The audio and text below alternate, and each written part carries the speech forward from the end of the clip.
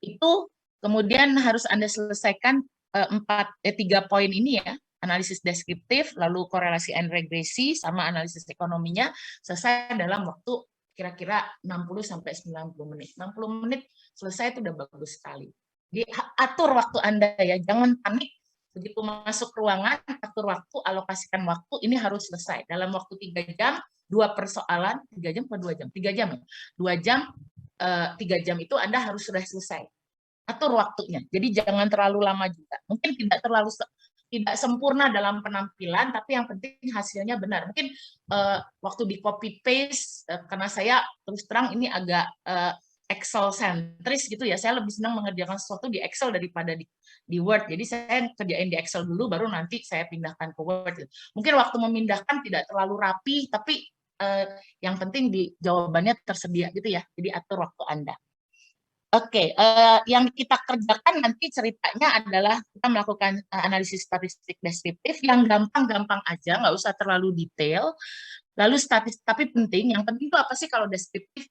Yang paling penting, yang paling sering disoroti adalah rata-rata, mean, gitu ya, dan standard deviation. Itu harus ada, gitu loh.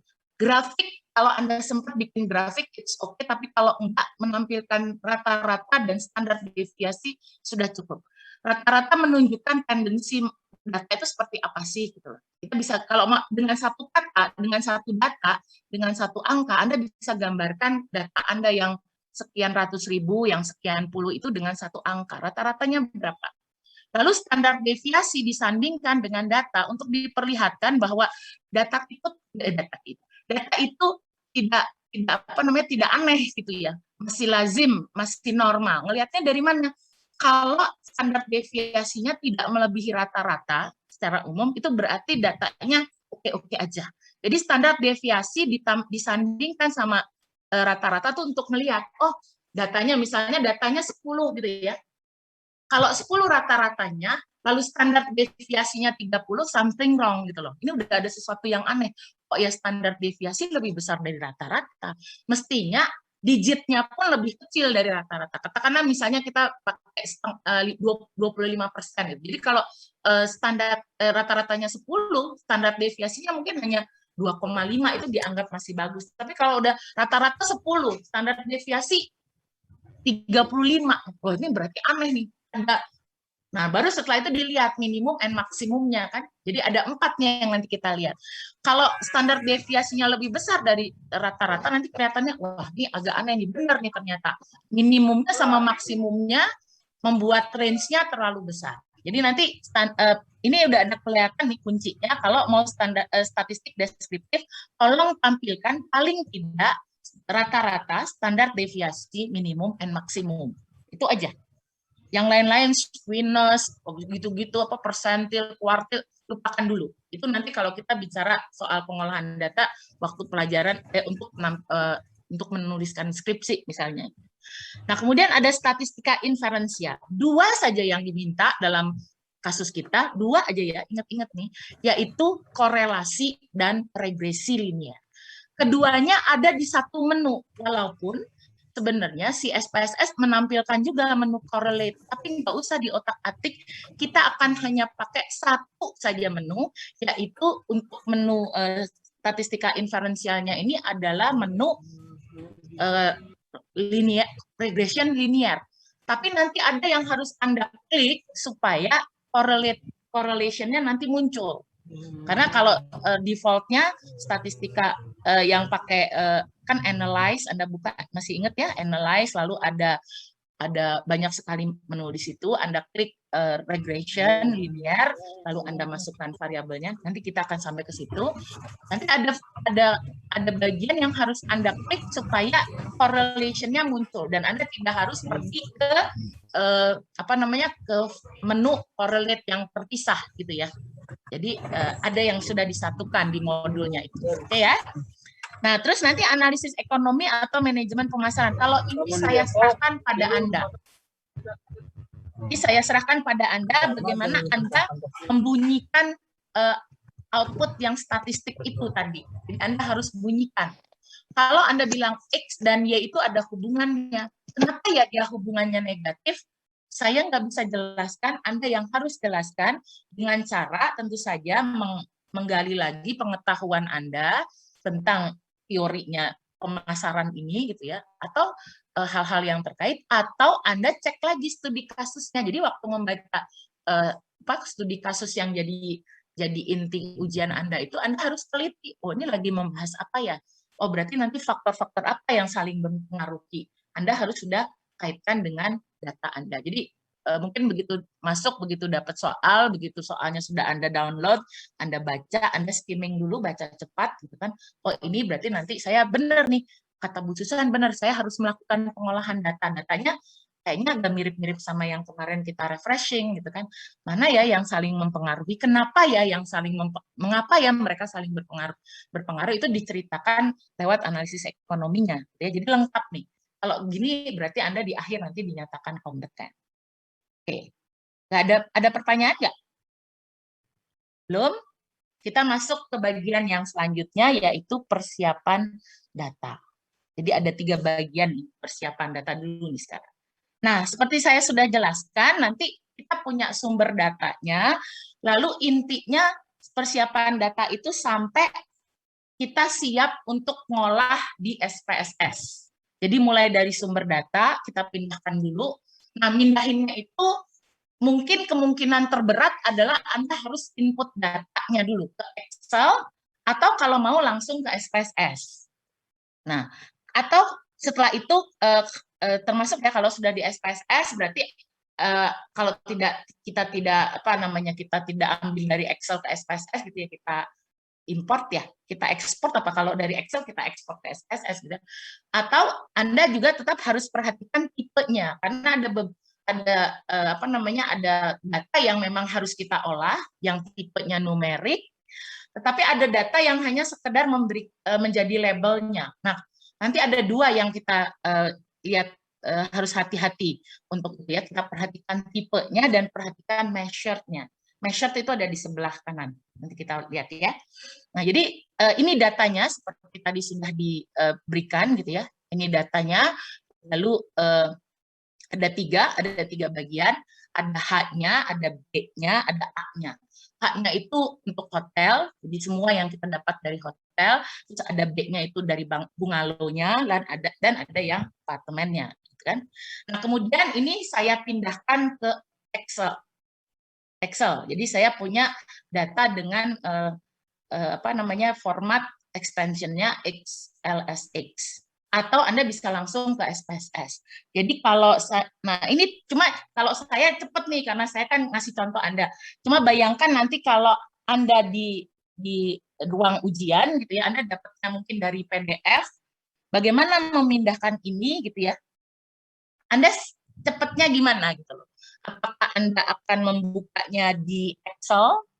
Nah, jadi kalau di Excel gitu kan, ini ya, ini mas saya juga udah ada nih, udah langsung saya bikin.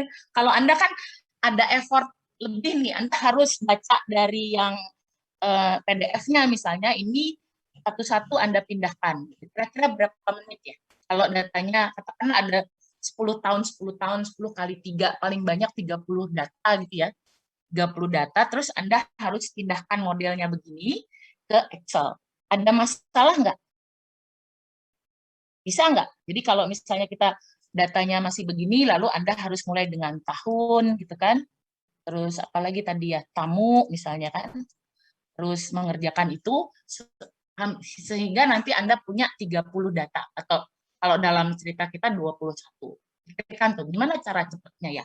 Kalau saya kebetulan saya punya data Word-nya ke Excel, dia comfortable gitu kan, tinggal saya copy aja, jreng jadi gitu kan. Tapi kalau kondisinya enggak, hati-hati ya, pastikan ya jangan terlalu lama-lama. Apa ya, silakan.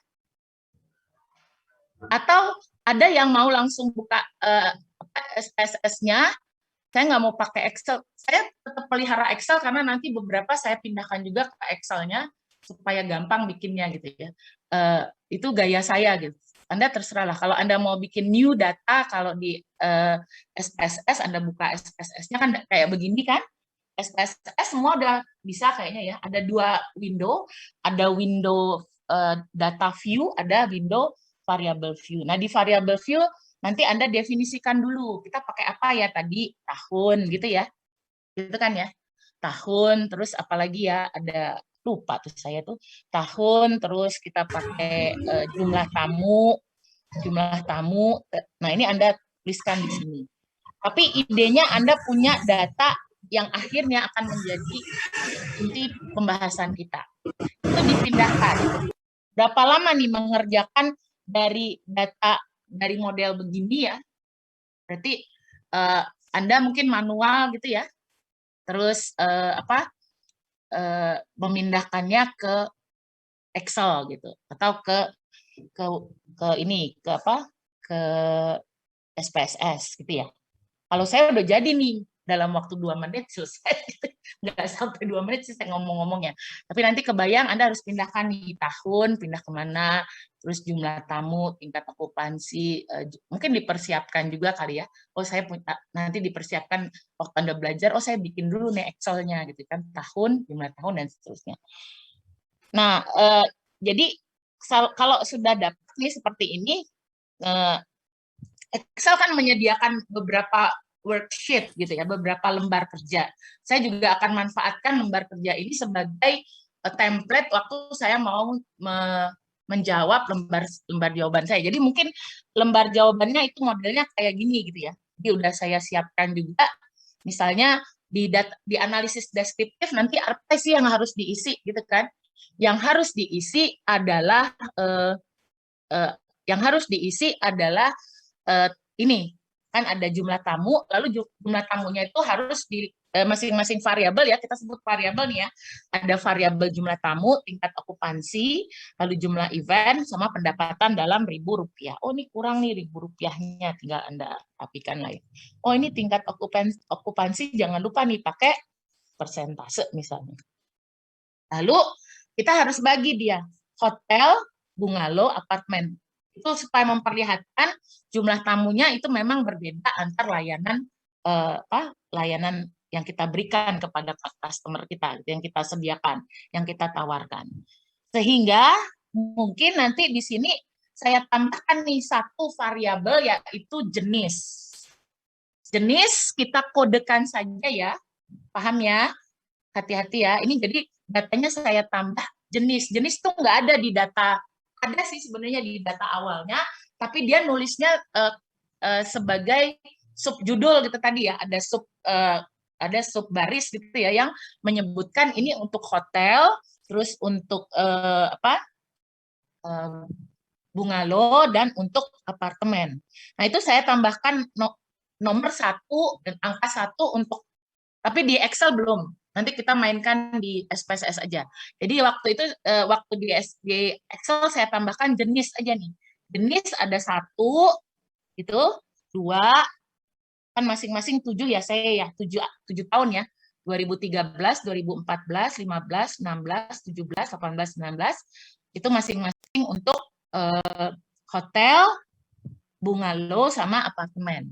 Yang hotel itu saya kasih jenis 1, yang yang 2 itu untuk yang bungalow, yang 3 itu untuk yang apartemen. Oke, paham?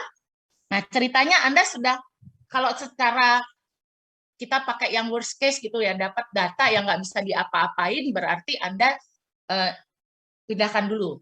Kurang lebih berapa waktunya? 15 menit terlalu lama kayaknya. 10 menit selesai ya. Ada 30 data kurang lebih misalnya. Mungkin kurang dari 20 juga, saya nggak tahu berapa nanti yang dipakai buat ujian gitu. Tapi Anda pindahkan, lalu tambahkan 1 ini nih, jenis. Jenis itu karena kita mau pakai variabelnya sama, tapi untuk 3 jenis layanan yang kita tawarkan gitu ya. Hotel, bungalow, dan apartemen. Paham? Oke. Kalau sudah selesai, berarti kita sudah punya Excel nih. Gitu. Kalau sudah punya Excel, berarti tinggal Anda buka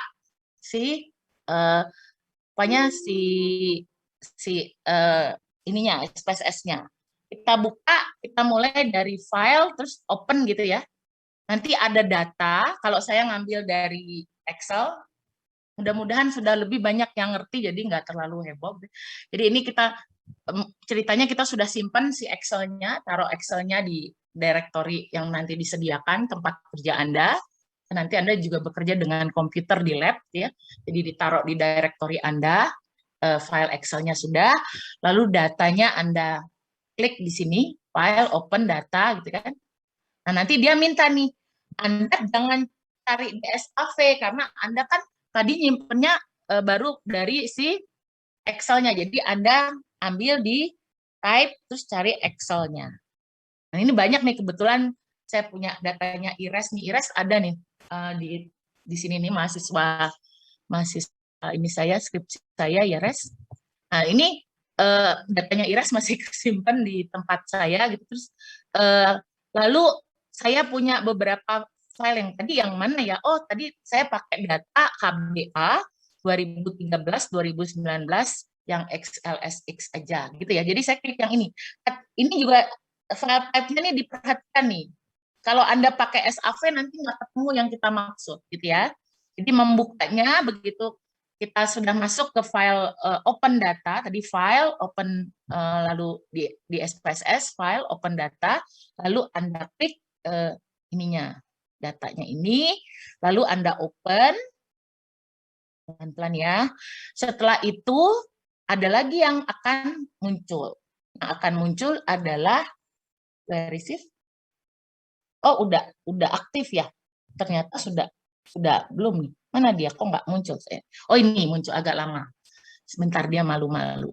Nah, ini juga diperhatikan ada worksheet-nya. Tadi saya hati-hati nih kalau nanti Anda menyimpan lupa gitu, worksheet yang mana? Ya, worksheet-nya tadi saya kasih nama juga data HBA juga ya. Karena nanti kalau lihat di sini ada lembar jawaban. Jadi yang kita ambil yang data tempat Anda menyimpan. Oke, ini semua sudah oke ya. Read variable names for first row of data. It means that waktu Anda membuat data, bikin datanya jangan terlalu canggih, jangan pakai merge cell, jangan pakai jangan pakai ada judul-judul, nggak ada. Datanya dibuat sesederhana mungkin. Jadi satu baris itu cuma isinya buat variabel. Kalau pakai warna nggak apa-apa. Saya sempat ngewarnain karena waktu saya kan banyak. Kalau Anda mungkin nggak usah pakai warna juga nggak apa-apa. Yang penting satu baris itu cuma untuk nama variabel. Jangan pakai di situ ada judul, ada nama Anda NPM Anda, nggak usah. Tinggalkan itu, jadi dia hanya berisi semua variabel yang mau masuk ke dalam analisis Anda, taruh di situ. Nah, tentu saja kita tambahkan satu tuh, jenis, gitu ya. Oke, jadi kalau nanti si SPSS baca, nih si SPSS baca, dia langsung bilang, oke ya, yang the first row is the name of the variable. Benar ya? Oke. Apakah percentage of value that determine data type? It's okay lah, itu defaultnya. Anda nggak usah peduliin. Ignore hidden row, nggak ada ya tadi ya. Ya udah nggak apa-apa. Kalau sudah tinggal kita okekan. Oke. Tuh, sebentar. Nih, nah, terus muncul begini. Ini adalah otomatis yang dia ambil dari Excel kita. Cukup hanya waktu kira-kira 2 semenit juga udah selesai nih kita melakukan pengambilan data dari yang si Excel. Masalahnya kita mesti cek lagi nih. Ada beberapa yang dibacanya tidak sesuai dengan harapan kita, terutama di bagian measure. Measure menjelaskan dia mau pakai yang kita hitung atau yang kita ukur. Kalau nominal itu diukur, ya. Kalau scale itu yang kita hitung. Kan? Yang angka numerik itu sebenarnya idealnya tuh harus selalu scale. Tetapi tahun itu dia masih baca dalam bentuk scale. Jadi ini kita ubah aja nggak apa-apa. Ini kita jadikan nominal. Malah pelan-pelan ya. Jadi tahun itu kita ubah jadi nominal karena dia cuma sekedar label aja nanti fungsinya.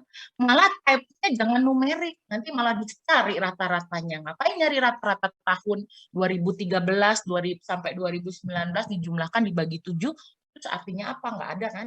Berarti kita nggak usah type-nya itu jangan numerik, kita bikin string aja. Jadi si tahun itu gitu ya, si angka 2013 itu dianggap sebagai huruf aja gitu loh. Ya, numerik dianggap sebagai angka tapi dia diperlakukan seperti huruf, namanya string jadinya. Oke, kalau sudah ini diokekan. Oke, lalu ini nominal ya. Jadi ini string nominal. Yang lain idenya adalah semuanya jadi scale. Kecuali nanti kita yang ini yang kedua deh. Yang kedua jenis nih. Jenis ini kalau diingat kita bisa lihat di data view, jenis itu nanti isinya 1 1 1 2 2 2 gitu ya. Dia numerik tetapi dia sebenarnya juga masih nominal. Tapi dia punya yang namanya value labels. Jadi Anda klik value labels-nya, kita lengkapi ya. Ini juga terjadi kalau nanti Anda mau bikin langsung ke SPSS gitu, nggak mau lewat Excel, berarti hati-hati, berarti harus bikin direncanakan dulu variabelnya apa. Kan kalau tahun tadi udah string, nominal, terus jenis itu kita pakai value 1, ingat cara membuat value, labelnya kita tulis hotel, gitu ya. Terus kita add. Itu untuk value 1. Value 2, apa tadi value 2? Bungalow. Ya, kita masukkan add. Ya, terus 3, apa? Apartemen. Ya, terus kita add. Sudah? Oke. Tetap dia jadi nominal. Sudah? Apalagi ya yang perlu kita lihat, oh ini loh, event tiba-tiba kebaca sama SPSS jadi nominal. Ganti aja ya jadi scale. Dan event itu mungkin disebut nominal karena angkanya nggak terlalu besar gitu kan. Mulai dari 8, berapa gitu. Jadi kalau pertama kali dibaca sama SPSS dikira dia nominal. Kita ganti scale nggak masalah. Apalagi yang kita mau rubah ya, kok kebiasaan width-nya ini, lebarnya itu kalau kami biasanya kalau ngerjain tuh pakai 8, Bu. Boleh nggak diganti? Boleh aja. Kalaupun dibiarkan nggak apa-apa. Cuman yang rada suka ini ya diganti 8 gitu. Ini semuanya 8. Tapi ada yang pakai 2 desimal ya, Bu ya. Ya, Nak ya. Kenapa? Karena ada yang okupansi itu pakai koma gitu kan. Jadi dia sudah ditaruh 82. Kira-kira kayak gini lah. Pendapatan pakai 8 aja lah. Nggak pakai koma ya? Ya udah nggak apa-apa, nggak pakai koma juga. Pakai koma juga nggak apa-apa. Pakai koma lah, Bu. Kan dia ada koma. Coba kita lihat di datanya tuh. Oh, dia nggak usah pakai koma juga nggak apa-apa. Dia pakai koma juga boleh lah. Nah, kalau misalnya mau seperti itu. Itu ya. Udah nih, udah rapi. Kalau sudah rapi, kalau perlu di-save. Karena kadang-kadang nanti tiba-tiba Anda panik, mencet apa lupa gitu ya, hilang layarnya. Waduh, apa tadi lagi ngerjain, untuk itu biasanya sekalian aja kita save. Saya save as, itu saya pakai download ini, saya tulis aja ini untuk coba gitu ya, saya pakai di percobaan, coba, supaya ada bedanya. Oke, save, udah aman, sudah kelihatan di sini, sudah ada apa namanya, sudah ada ininya, sudah ada filenya, bukan untitled lagi, tapi sudah ada judul filenya. Selesai sampai di sini. Ini kira-kira diselesaikan dalam waktu 10 menit lah. Selesai dari data yang bentuk PDF atau Word, lalu pindah ke sini. Ini sudah selesai sampai di persiapan tadi. Coba kita cek ya. Ini tadi sumber datanya, lalu si sumber data ini kita pindahkan ke Excel, data ditulis dengan format sederhana, baris pertama untuk nama file, nama variabel, lalu kasih nama file Excel-nya, simpan file datanya. Terus kita pergi ke Excel. Di Excel Anda open datanya, jangan lupa file name-nya masih dalam bentuk Excel. File type-nya itu ya, file type-nya itu dalam bentuk Excel, SX, dan teman-temannya dalam bentuk Excel. Kalau sudah, oke kan, jangan lupa juga worksheet-nya yang mana, terus sudah oke kan, oke. Ini hasilnya, lakukan apa namanya, editnya, gitu ya. Beberapa, saya nolnya tuh lupa ya. Oke, variable names-nya dikasih, variable labels untuk apa namanya, untuk jenis itu juga diberikan. 1 hotel, 2 bungalow, 3 apartemen. Setelah itu diokekan, selesai. Ini keterangannya ya. Jadi nanti di variabel itu mohon Anda lakukan editing seperti ini. Simpan data ke dalam file data SPSS dengan extension .sav. Nanti disediakan folder kerja Anda di setiap komputer di mana Anda harus mengerjakan tugas Anda. Karena ini manajerial, prakteknya udah nggak kayak waktu operasional ya, ceritanya katanya nggak lagi role play gitu, tapi Anda harus melakukan analisis kan, kerjaan manajer kan begitu ya. Oke. Selesai ini berarti datanya dapat seperti ini ya, terus disimpan. Maka mulailah kita masuk ke analisis deskriptif. Ada pertanyaan? Paham? Bisa ya, pikirkan dalam waktu kira-kira 10 menit, 30 data yang tadi kita ambil dari PDF, bisa masuk ke Excel atau bisa langsung masuk ke SPSS. Selesai sampai SPSS.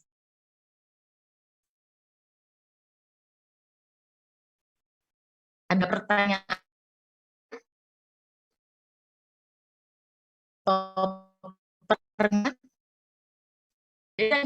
Pertanyaan.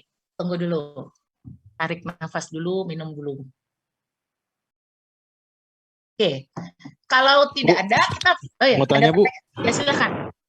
Bu, tadi maaf, saya kurang mudeng, Bu, yang untuk perbedaan di measure itu nominal scale itu apa, Bu, perbedaannya, Bu? Oh, kalau yang gini, kalau yang angka-angka yang kita mau analisis itu semuanya masuk ke measure. Masuk ke scale maksud saya. Yang gambar penggaris itu, coba ya kita lihat ya, yang gambar penggaris ini nih, ini di data view nih, di variable view ini kita lihat, ini kan ada tanda scale-nya nih. Oke, yang scale ini ada, ini belum salah nih, yang salah nih. Kita matikan aja deh. Yang ini dulu, mana tadi? Yang kita bikin, coba nih ya. Nih, ini yang skala ini yang tanda penggaris adalah untuk data yang numerik. Data numerik yang mau kita cari, misalnya cari analisis deskriptifnya, cari rata-ratanya. Karena rata-rata lebih berbunyi untuk data yang angka-angka gitu. Jadi gini, misalnya kalau ditanya rata-rata banyak tamu itu berapa sih per tahun? Kan kita make sense kalau kita ngomong, kalau kita lihat data view kita ini, data tamu saya kan ada dari 9.000 sampai 11.000 misalnya gitu kan. Kalau dicari rata-rata bermakna kan? Tapi tidak bermakna kalau saya disuruh cari rata-rata hotel, rata-rata jenis itu berapa sih? Bisa dicari, SPSS bisa nyari rata-ratanya, antara 1, 2, dan 3 dibagi 3, 1 tambah 2, berapa? 3 ditambah 3, 6, 6 dibagi 3, 2. Jadi rata-ratanya 2. Tapi rata-rata 2 untuk jenis itu apa? Apakah kalau hotel, bungalow, dan apartemen dicari rata-ratanya sama dengan 2? Jadi kalau kita gabungkan layanan kita kan menawarkan ada hotel, ada bungalow, ada apartemen. Kalau dirata-ratakan kan 2, itu berarti jatuhnya di bungalow. Enggak gitu. Atau jenis kelamin. Jenis kelamin Anda cari rata-ratanya. Ada 5 orang nih, laki-laki 1, perempuan 2, laki-laki 1, perempuan 2, yang terakhir laki-laki. Kalau dirata-ratakan berapa? 1 tambah 2 tambah 1 tambah 2, berapa tuh? 6 tambah 1, 7. 7 dibagi 5. 7 dibagi 5 is 1,2. What does it mean 1,2 jenis kelamin?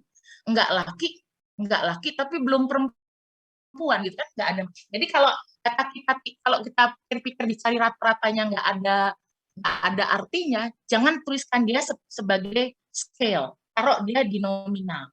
Sebenarnya ada ordinal, tapi kita untuk kasus ini kita taruh aja dia ke nominal. Gitu ya. Paham nggak? Ngerti nggak? Tahun buat apa dirata-ratain coba? 2013 ditambah 2014 ditambah 2015 ditambah 2016 terus dibagi 7. Buat apa? Kan nggak ngerti juga. Itu kan cuma sekedar label. Jadi nanti kalau ada data yang angka-angka gitu ya, yang akan kita cari deskriptifnya dalam bentuk rata-rata, Anda taruh dia measured-nya.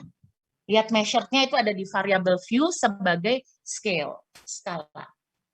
Ya. Jadi yang lain yang nggak perlu, yang sebagai label, kita taruh aja dia sebagai nominal. Nominal tetap bisa bisa di analisis gitu ya. dihitung sama SPSS, benar bisa. Tapi yang menentukan perlu nggak sih kita hitung itu kan Anda sebagai si pelaksananya, si penelitinya. Itu ya. Oke? Paham nggak pertanyaannya? Paham, Bu. Jadi nanti baca dulu nih data Anda. Terus pastikan, oh ingat-ingat kemarin kita refreshing ya. Oh kayaknya kalau ada data tahun, terus kayaknya kalau saya perlu, kayaknya mungkin memang data Anda nanti juga ada kelompok-kelompoknya ya. Seperti ini. Jadi Anda sudah biasa, oh kalau misalnya layanannya A, saya kasih aja dia jenisnya 1, gitu kan, 2. Nanti tinggal di value labelnya Anda mainkan nih. 1 itu apa? Bu, boleh nggak mulai dari 0? Agak supaya tidak rancu kita pakai 1 aja lah. Kalau dia lebih dari 2 kategori, Anda pakai 1, 2, 3. Tapi kalau misalnya biner pilihannya, misalnya Anda hanya 1 dan 2 gitu ya. Saya cuma punya hotel dan apartemen, berarti 1, 2. Tapi kalau sudah lebih dari 2, saya anjurkan pakai angka 1 itu ya nilainya ini, value labelnya kita mulai dari 1, 2, dan 3. Oke, sampai sini? Menjawab nggak saya? Saya menjawab pertanyaannya Anda nggak nih? Iya, Bu, menjawab, Bu. Bisa ya? Udah nggak bingung lagi ya? Harus Iya, Bu, benar terima loh kasih, Bu. nanti. Pas ujian kompetensi harus benar. Kalau enggak, ntar saya hantui. Dicari-cari nih, kenapa salah? Kan sudah refreshing, oke? Nah, sekarang kita lihat dulu apa yang mau kita kerjakan pada tahapan selanjutnya, yaitu kita analisis deskriptif. Analisis deskriptifnya ini kayak gini, idenya saya berikan sesederhana ini saja nanti yang Anda tampilkan. Ya, karena ini yang paling penting. The core of the descriptive analysis is this chart, this table gitu. Anda harus punya minimum, maksimum supaya tahu gitu ya. Dan punya rata-rata sebagai salah satu identitas data yang paling penting itu rata-rata. Kalau kita mau nanya kinerja orang, misalnya kamu berapa jam sehari belajar sendiri, mandiri, kan kita keluar dengan satu angka itu apa? Rata-rata.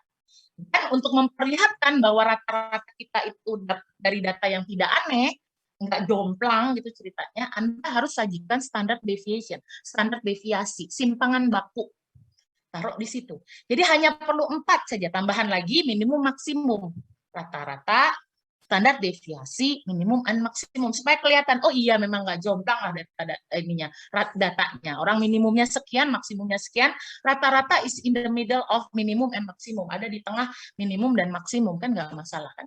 Itu ya, paham ya? Lalu saya bagi nih, ada hotel, ada bungalow, ada apartemen. Karena saya mau lihat beda dong, kondisinya juga beda, baca deh ceritanya. Misalnya, bungalow itu baru mulai tahun berapa?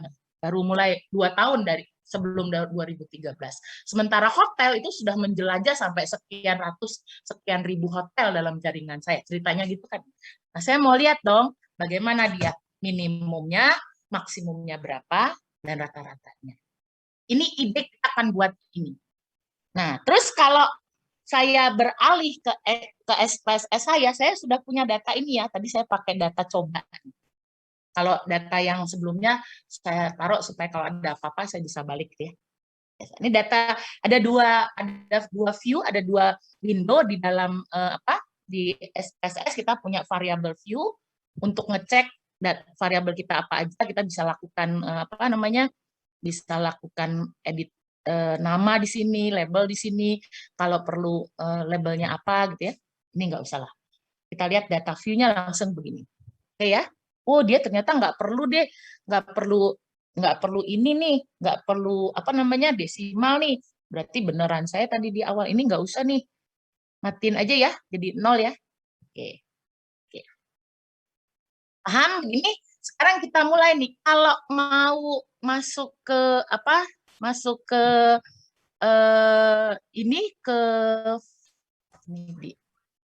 kalau kita mau masuk ke analyze itu ya, mau mulai melakukan komputasi dengan SPSS, menu utamanya adalah si analyze ini kan, play. Terus kan kita mau bikin itu ya, mau bikin deskriptif, ya nggak? Pasti Anda secara alamiah milihnya deskriptif statistik.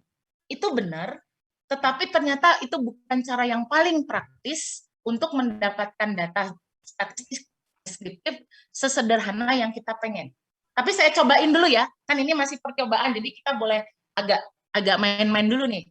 Jadi kalau misalnya Anda pikir, kan mau statistika deskriptif, Bu, ya jadi berarti pilihnya analyze, deskriptif, lalu Anda klik jangan frekuensi, nanti terlalu banyak hasilnya.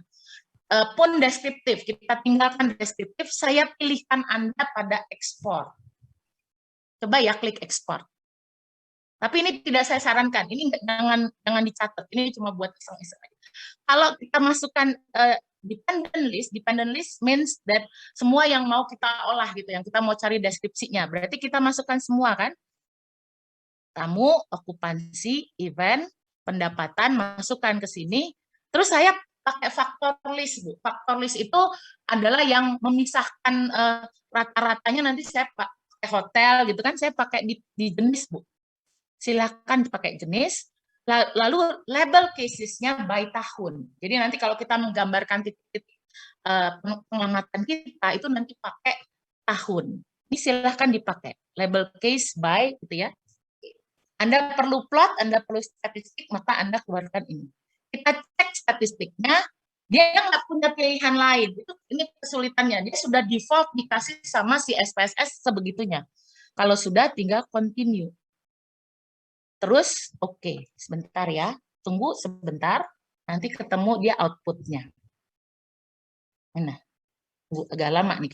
Kalau sendirian, lebih cepat. Nah, nanti hasilnya itu terlalu banyak. Menurut saya terlalu detail dan itu tidak terlalu diperlukan. Ada nggak data outputnya udah keluar belum? Belum. Oh, udah ini di sini. Deskriptif semacam ini datanya. Banyak banget. Dia mulai dari tamu, terus dia pakai jenis hotel, benar kita perlu jenis hotel, tapi agak perlu lah itu 9% confidence interval, lalu ada trim, ada 5% trim mean, jadi yang di trim 5%, ada median, ada variance, standar deviasi kita perlukan, minimum and maksimum kita perlukan, range nggak usah lah, nanti yang baca laporannya aja baca sendiri, interquartile range nggak perlu, skewness kita nggak perlu dulu, menguji normalitas, kita anggap kan kita nggak melakukan generalisasi juga kan, tidak juga perlu kurtosis, peruncingan nggak kita perlukan. Ini banyak banget yang ditampilkan kayak gini, tidak salah, cuma kalau mau dimasukkan ke dalam apa yang diminta oleh sebenarnya yang diminta oleh pembuat soal, ini terlalu banyak. Paham ya?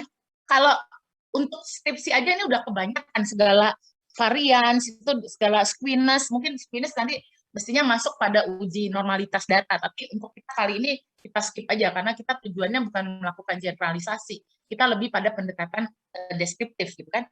Jadi ini nggak usah nih. Ini apa? Ini kalau tetap mau pakai ini silahkan, saya tidak halangi, tapi pikirkan waktu Anda. Karena kembali lagi ke sini, ini yang sudah saya lakukan gitu ya. Oh, saya ngerjainnya satu-satu malah. Kamu dulu gitu kan. Boleh nggak, Bu? Boleh. Boleh nih, saya kerjakan dulu nih. Misalnya nih, saya kerjakan dengan nih analyze, descriptive, explore, lakukannya satu-satu nih. Explore, itu saya masukin satu, tamu dulu. Tapi analisisnya ini terlalu banyak. Nah, kalau misalnya mau menyederhanakan, silahkan, saya coba ya. Kalau lagi refreshing kan kita boleh lebih lega nih. Jadi ini bisa saya copy paste gitu ya. Lalu karena saya di Excel, saya pakai Excel worksheet ya. Itu. Ini saya copy, lalu saya ambil satu saja yang ini saya taruh di satu sheet aja gitu, nanti saya copy ini itu misalnya ya. Terus ini saya paste aja gitu kan. Nah, saya kan punya data ini. Lalu saya tinggal lakukan edit di sini. Ini standar error saya nggak perlu deh, Bu. Tinggal saya delete, gitu kan. Terus tamu, ini juga nggak perlu. Ini juga nggak perlu. Sampai standar deviasi misalnya. Ini juga saya delete. Kan? Terus minimum maksimum saya perlu. Ini Anda kerjakan begini nih. Boleh nggak, Bu? Boleh, silakan aja.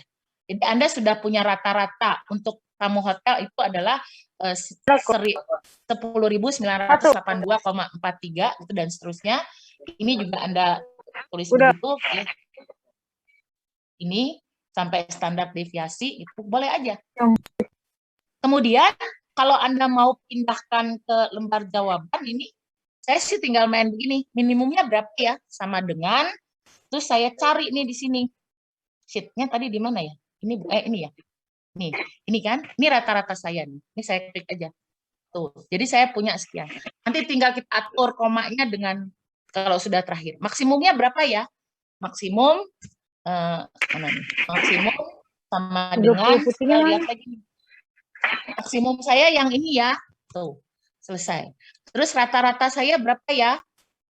Rata-rata, oh ini rata-rata nih, salah nih. Sorry nih. Salah nih dia, rata-rata nih. Ini bukan salah nih. Ini minimum ya. Yang dia minimum berapa ya? Tadi cek dulu ya. Minimum saya lihat di sheet yang satu ini sheet 2, sorry. Ini minimum adalah yang mana minimumnya? Ini ya 9913, benar ya? Rata-rata berapa? Sama dengan berapa rata-rata saya ya? Lihat di sini nih, rata-rata pakai sama dengan kita mainkan di dua berbeda. Kan Anda juara juga nih bikin begini kan? Rata-rata ini yang tadi standar deviasinya berapa sama dengan tinggal standar deviasinya tuh yang ini itu bisa ya, bisa mengerjakannya. Tapi ini terlalu banyak nih, ini baru hotel. Terus bunga lo jumlah tamu berapa ya? Lihat lagi di sini, bunga lo jumlah minimumnya ini gitu ya.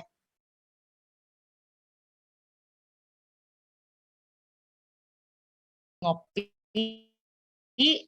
cari maksimalnya 428 berapa ya, sama dengan terus lagi min ya, min namanya ya, rata-rata tuh min ya, min terus standar deviasinya kita cek lagi gitu.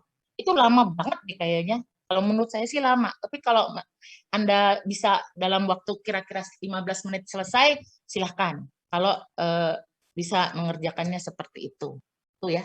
Ini baru ini. Terus apartemen, ulangi lagi sama dengan cari di sheet tempat kita tadi ngopi, mana ya tadi ya, minimal wah ini belum dirapiin nih, minimal 433 gitu kan, maksimal berapa orang ya di apartemen kita tuh tamunya, maksimal itu ini ya 891.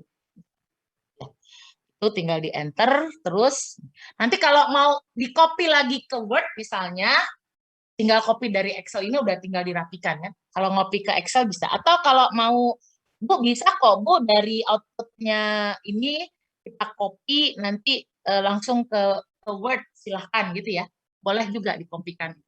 Cuma begini banyak gitu loh, sementara yang diinginkan tuh cuma sedikit, nggak semua gitu kan, paham ya? Ini salah satu cara loh, boleh pakai begini.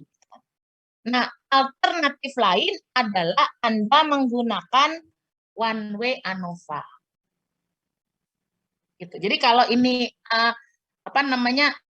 kalau mau begini boleh Anda kerjakan. Alternatif lain Anda gunakan compare means one way ANOVA. Ini yang nanti akan kita coba gitu. Tapi terserah Anda deh, enaknya gimana? Mau yang pakai Explorer aja, tapi di Explorer itu terlalu banyak outputnya. Cuma yang sekarang jadi constraint Anda, gitu, belajar manajemen operasional juga kan kita. Kalau yang jadi constraint Anda adalah waktu. Sempat nggak dalam waktu 15 menit Anda selesai dengan analisis deskriptif? Yang sebenarnya juga nggak terlalu detail diinginkan. Jadi seperti ini, kalau dari data yang output itu Anda pindahkan nanti modelnya kayak begini, sesederhana ini. Jadi ada jumlah tamu, terus hotel, bungalow, apartemen minimumnya berapa, maksimumnya berapa, rata-ratanya berapa, standar deviasinya berapa. Anda ngambilnya dari deskriptif itu yang sudah Anda copy di Excel. Atau alternatif lain ya yang akan kita kerjakan dalam beberapa menit ke depan. Sampai sini dulu, mengendap dulu. Paham nggak ide ceritanya nih? Paham ya? Nggak masalah kan? Jadi sebenarnya juga waktu bikin skripsi kalau mau menampilkan output Excel, menampilkan output SPSS tuh nggak boleh ngopi langsung. Kita sebenarnya harus edit dulu yang kita perlukan yang mana, itu sih idealnya.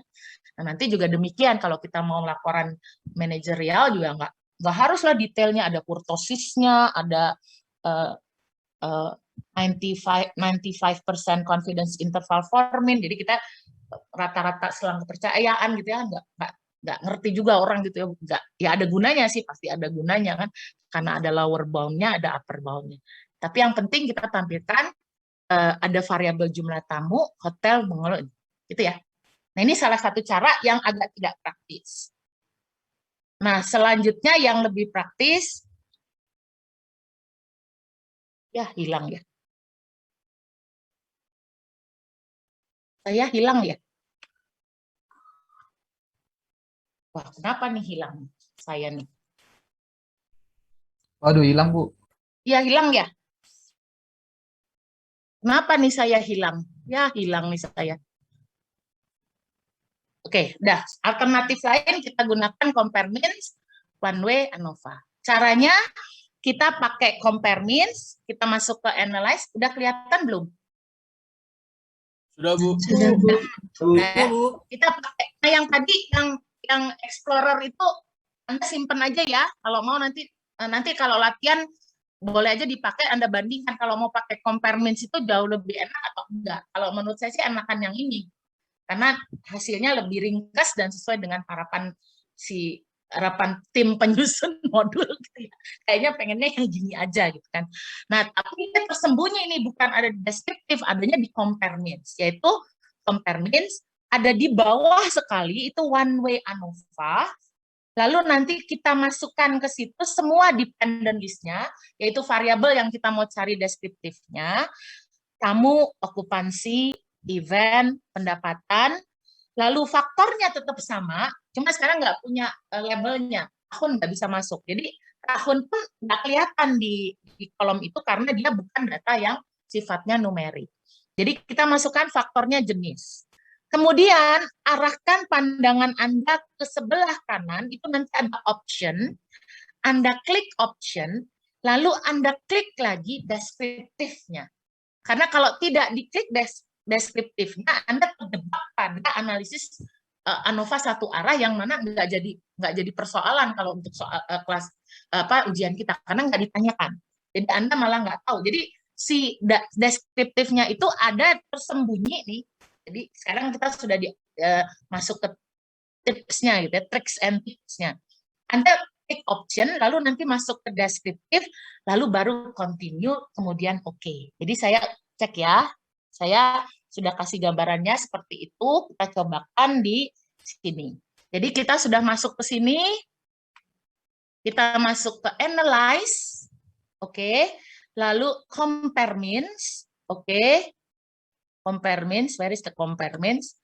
Analyze, compare means, masuk ke one way ANOVA, paham? Kemudian masukkan semua yang mau kita cari rata-rata simpangan baku dan minimum maksimumnya.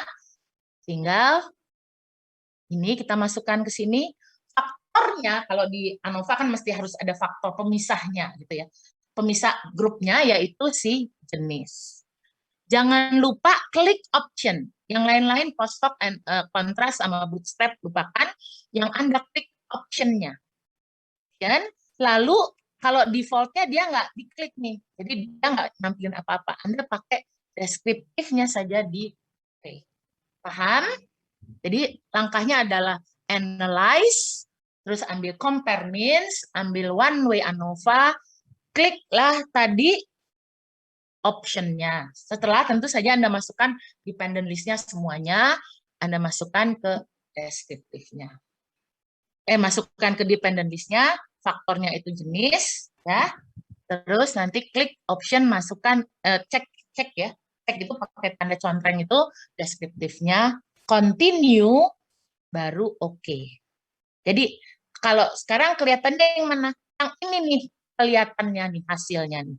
Hasilnya terlihat sebagai ada tabel deskriptif gitu ya, ada N kayaknya nggak perlu deh ya, N itu kan banyak datanya. Memang kamu itu ada 7 datanya, ada tahun dari 2013 sampai 2019 ada 7 data.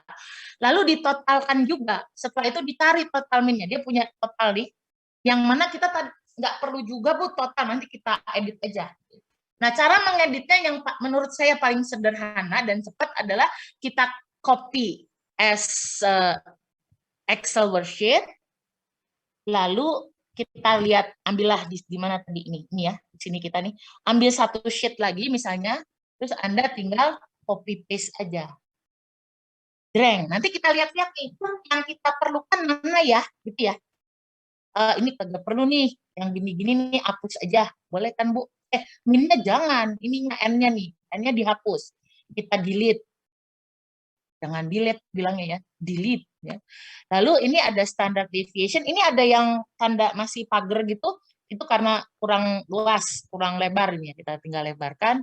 Ini standard error itu kayaknya nggak perlu juga ya, karena dibagi dengan akar N. Yang diperlukan ini aja nih. Nah, begini tuh udah hampir selesai. Tinggal mana lagi? Ini, oh ini kurang bagus Bu, tinggal dimainkan. Total kayaknya nggak perlu deh, gitu ya. Kalau nggak perlu Anda tinggal delete lagi. Ini juga total nggak perlu, itu kan? Delete, dan terus ini juga di delete. Terus ini di delete juga. Selesai deh. Udah kan selesai. Kalau dari sisi mengerjakan SPSS-nya udah selesai nih, udah kelar. Ini tinggal Anda copy ke Word, jadi gitu kan. Ya kan? Oh Bu, itu minimum sama maksimum dulu, baru min. Oh ya tinggal dipindahkan aja lah, gitu kan? Tinggal di insert dua, salah yang insertnya gimana tuh? Anda yang jago lah ya. Dari ini mau dipindahkan ke sini Bu, pindahin aja kalau enggak kan ke sini gitu kan, misalnya nih. Paste. Salah. Pastenya belum yang ini tadi. Ini mau dipindahkan nih minnya mau jadi di sebelah sini gitu kan. Jadi tinggal Anda atur aja lah. Ini kan tinggal Anda copy. Nih, Anda copy pindah ke situ, boleh nggak? Copy dulu ya. Terus nanti ini pindah ke sini. Mau nggak dia? Pas, gitu kan. Dipas. Nah, ini nanti tinggal Anda matikan gitu kan. Untuk merapikannya, kan kita pengennya minimum maksimum dulu gitu kan. Terus baru ini di-delete lagi. Udah kelar dah. Udah sama seperti yang diminta oleh lembar jawaban kita. Ada hotel, bungalow, apartemen, persis seperti itu. Ya enggak? Lebih cepat ini sih menurut saya. Nggak tahu kalau Anda senangnya pakai yang explore, tapi saya anjurkan pakai yang ini dulu lah. Karena dia langsung menjawab minimum maksimum. Jadi datanya kita ambil dari ini malah bisa kita gantikan ya. Di sini kita jangan deskriptif Bu, kan bahasa Indonesia, analisis deskriptif gitu kan. Deskriptif. Bu kurang rapi nih ya, tinggal rapikan ini mau Anda apa. Tapi ini nggak penting ya. Bukan yang penting kan nggak di-tag kerapihan kan. Yang penting nilainya. Sampai sini selesai udah deskriptifnya. Kira-kira 15 menit. Jadi setengah jam itu semestinya Anda sudah selesai melakukan analisis deskriptif. Ada pertanyaan? Ada yang mau menambahkan?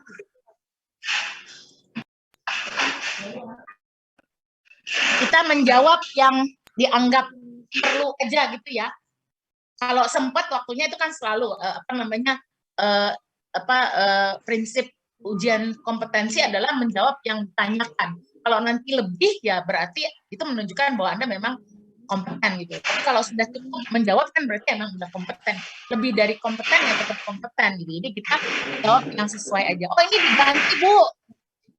Maksimum itu pakai bahasa Indonesia pakai ya bisa lah gitu ya. Maksimum. Ini jangan min Bu. Tetapi rata. Kalau bisa sampai segini berarti kan soft skill Anda tuh kelihatan ya. Oh, emang teliti. Ini jangan STD deviation Bu, STD deviasi misalnya. Boleh nggak Bu? Boleh. Bu ini nanti di merge and center boleh nggak? Boleh gitu kan. Boleh aja gitu. Terserah Anda. Jawaban Anda selesai, tinggal ambil. Oh, saya nggak punya Word ya. Tinggal Anda copy, masukkan ke Word, selesai. 15 menit untuk menganalisis ini. Tapi ini cuma statistikanya doang ya. Jadi saya nggak bisa menjelaskan. Nanti kalau memang diperlukan penjelasan lebih manajerial gitu ya, Anda mesti pakai kata-kata gitu kan. Orang manajemen pemasaran mah gampang lah nyari kata-kata tuh biasa. Komunikasinya kan bagus, kemampuan verbalnya juga hebat, jadi nggak masalah lah, tinggal bikin gini aja. Ini dirapiin nih Bu, gitu kan. Oh, mau dikasih warna Bu, silahkan aja. Tapi ide dasarnya adalah dari output ini Anda bisa lakukan penyederhanaan, karena tidak semua data ini bunyi nggak harus dibunyikan gitu ya. Tidak semua harus dibunyikan. Pilih yang paling penting. Nah, yang paling penting adalah mean, standard deviation, rata-rata, standar deviasi, minimum, dan maksimum. Sampai sini, any question? Ada pertanyaan? Bu, Ya? Bu, Ya, kalau silakan. misalnya bikin analisis deskripsinya bukan lewat Word tapi lewat PPT, boleh nggak, Bu?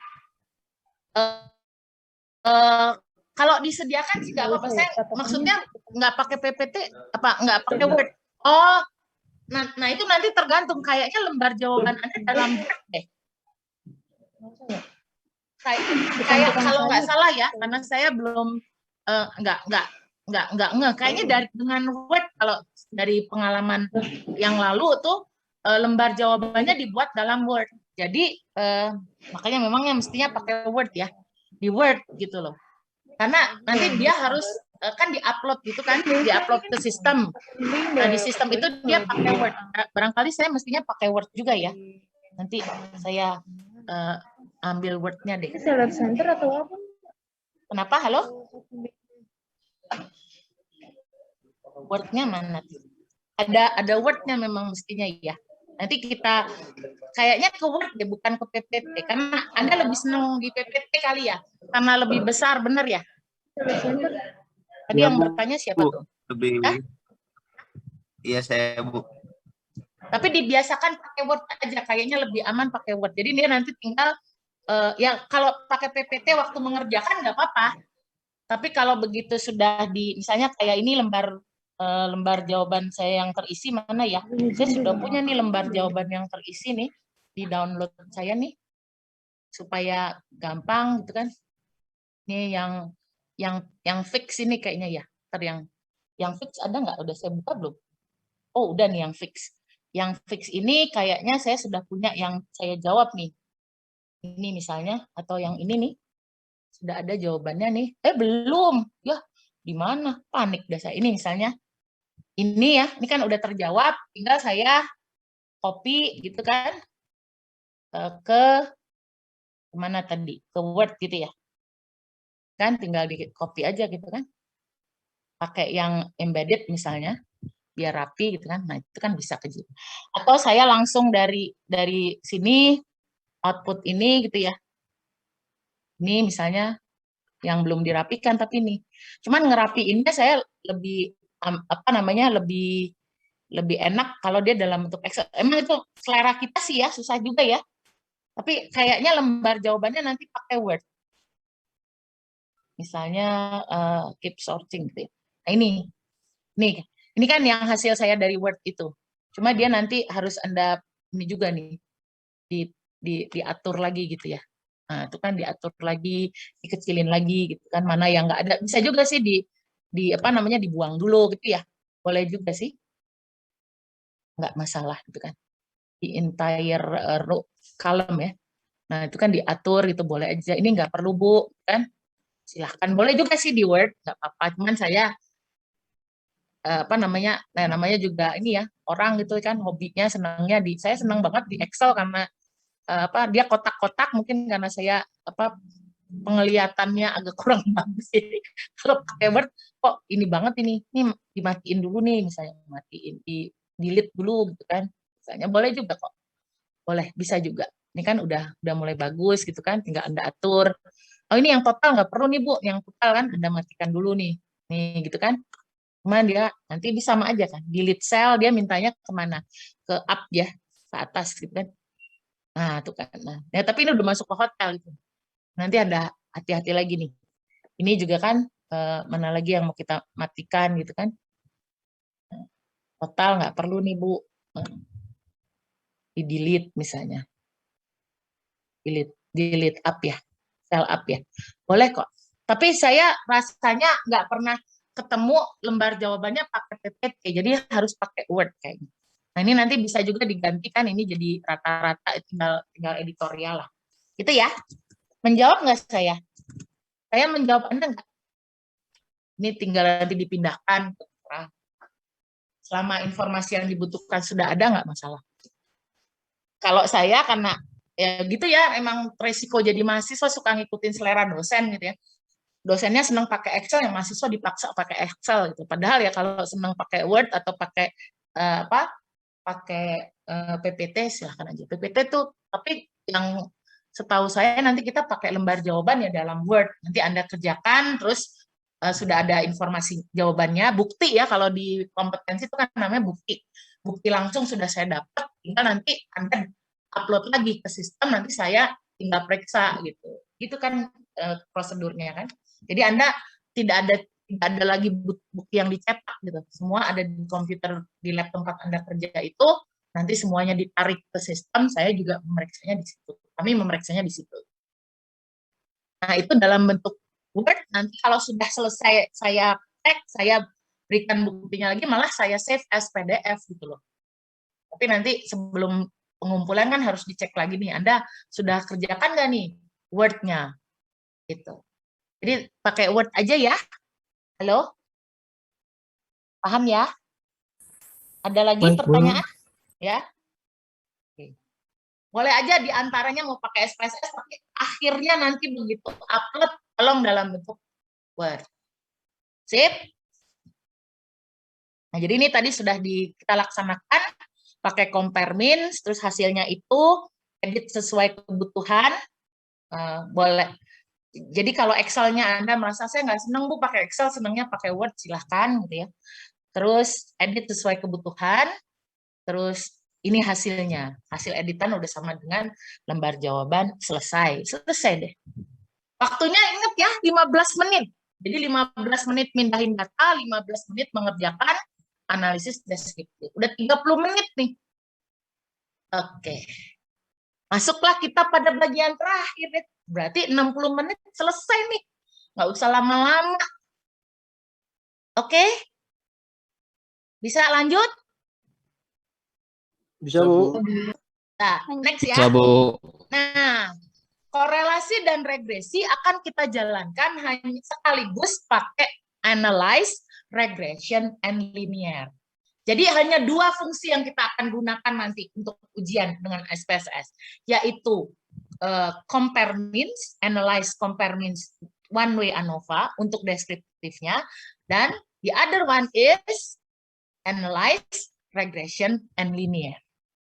Cuma, nah ini pernah ada yang ngerjakan regresi dengan dummy variabel nggak? Dummy itu bahasa Indonesianya apa ya? Variabel boneka, dummy variabel. Dummy variabel itu memungkinkan Anda melakukan analisis regresi linear berganda, ya, analisis regresi, dengan mengikut sertakan variabel yang bukan numerik, tetapi yang kategorik. Nah, dalam data kita ini memang ada 21 data, tetapi variabelnya ada variabel yang sebenarnya nggak bisa diikut sertakan dalam regresi linear, yaitu jenis layanan yang ditawarkan. Ingat tadi kita sudah bikin dia kategori 1 hotel, 2 bungalow, 3 apartemen. Nah, kalau begini berarti Anda harus pakai regresi yang menambahkan dummy variabel. Paham dulu nih, dummy variabel tuh misalnya jenis layanan, atau jenis kelamin 1-0, atau tingkat pendidikan, itu tidak bisa disertakan secara langsung ke regresi linear berganda, tapi harus didamikan dulu. Ya, apalagi ya, misalnya lokasi, gitu ya. Misalnya saya mau lihat nih, IPK mahasiswa saya berhubungan nggak dengan gaya lama dia belajar sendiri, terus apalagi ya, banyaknya waktu yang dia latihan, misalnya ya, X1, X2, tapi saya mau lihat juga ada pengaruhnya nggak dengan lokasi kampus. Ada yang di Karawaci, ada yang di Cengkareng, ada yang di Salemba, ada yang di Depok. Itu kalau kita tulis sebagai satu variabel namanya variabel lokasi. Tetapi si lokasi itu punya nilai banyak macam kan. Dan bisa kodekan 1, 2, 3 dan seterusnya. Kalau untuk kasus ini berarti jenis layanan tuh. Hotel, bungalow dan apartemen. Berarti ada 3 kategori. Lalu katanya si Her dan teman-teman, Her itu yang bikin buku multivariat ya, dia bilang kalau kita punya kategorinya K, maka banyak variabel dummy yang dibutuhkan adalah K kurang 1. Jadi kalau jenis kelamin, dia cuma bikin 1 dummy aja, pakai 10, 10 udah selesai dia. 1 aja dummy-nya. Tapi kalau jenis layanan ada 3, berarti kita harus perlu 2 dummy.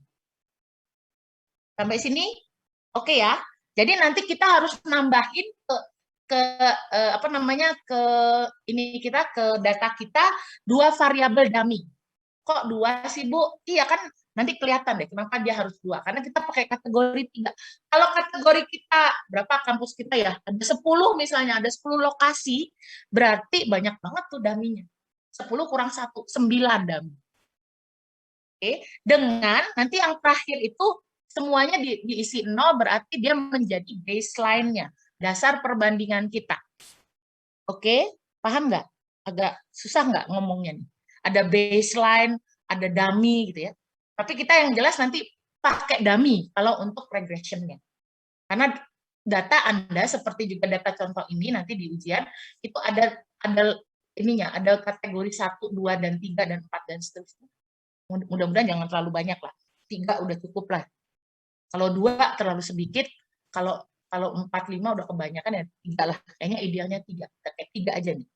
Nah, gimana cara membuat dummy? Oke. Dummy nggak bisa dibikinin sama SPSS, karena yang menentukan mana yang mau didamikan itu yang penelitinya. Gitu ya. Jadi kalau kita punya hotel, bungalow and apartemen, maka 2 dummy yang diperlukan adalah, 3 tuh kategorinya ya tadi ya. Berarti yang kita perlukan adalah 2 dummy, yaitu dummy untuk hotel, kasih kode DH lah, dummy hotel, dan dummy bungalow. Jadi kalau nanti kita ketemu nih, lihat di jenis, kita fokus ke jenis. Begitu lihat angka 1, hotel, berarti ya jenisnya hotel, kita taruh di DH itu, di dummy hotel 1, karena dia kan memang masuk ke hotel. Terus yang lainnya dinolkan. Kalau ada yang bungalow, 0, 0, 0, 0. Sedangkan kalau untuk yang bungalow, kalau dia 1, kalau bungalow kita kasih 1 di DB-nya. Tapi di tempat lain, 0, 0, 0, 0. Coba kita cek ya. Jadi begini ceritanya. Kita masuk ke data, nih. Ini kan baru sampai sini kan datanya ya, belum ada DH. Memasukkan DH itu dan DB kita masuk ke variable view. Tulis ya, DH. DH numerik 880 aja. 80 nggak apa-apa lah. Nggak usah dikasih apa-apa, nggak usah dikasih value, it's okay. Nggak, karena kita tidak akan lihat dia sebagai nominal, kita akan lihat sebagai scale aja misalnya. Atau Anda nggak mau ubah apapun, nggak masalah. Lalu masukkan ke sini DB ya. Oh iya Bu, ini kalau mau dijelasin ini adalah dummy, Bu ya, dummy hotel. Boleh gitu ya. Kalaupun enggak apa-apa, nggak masalah.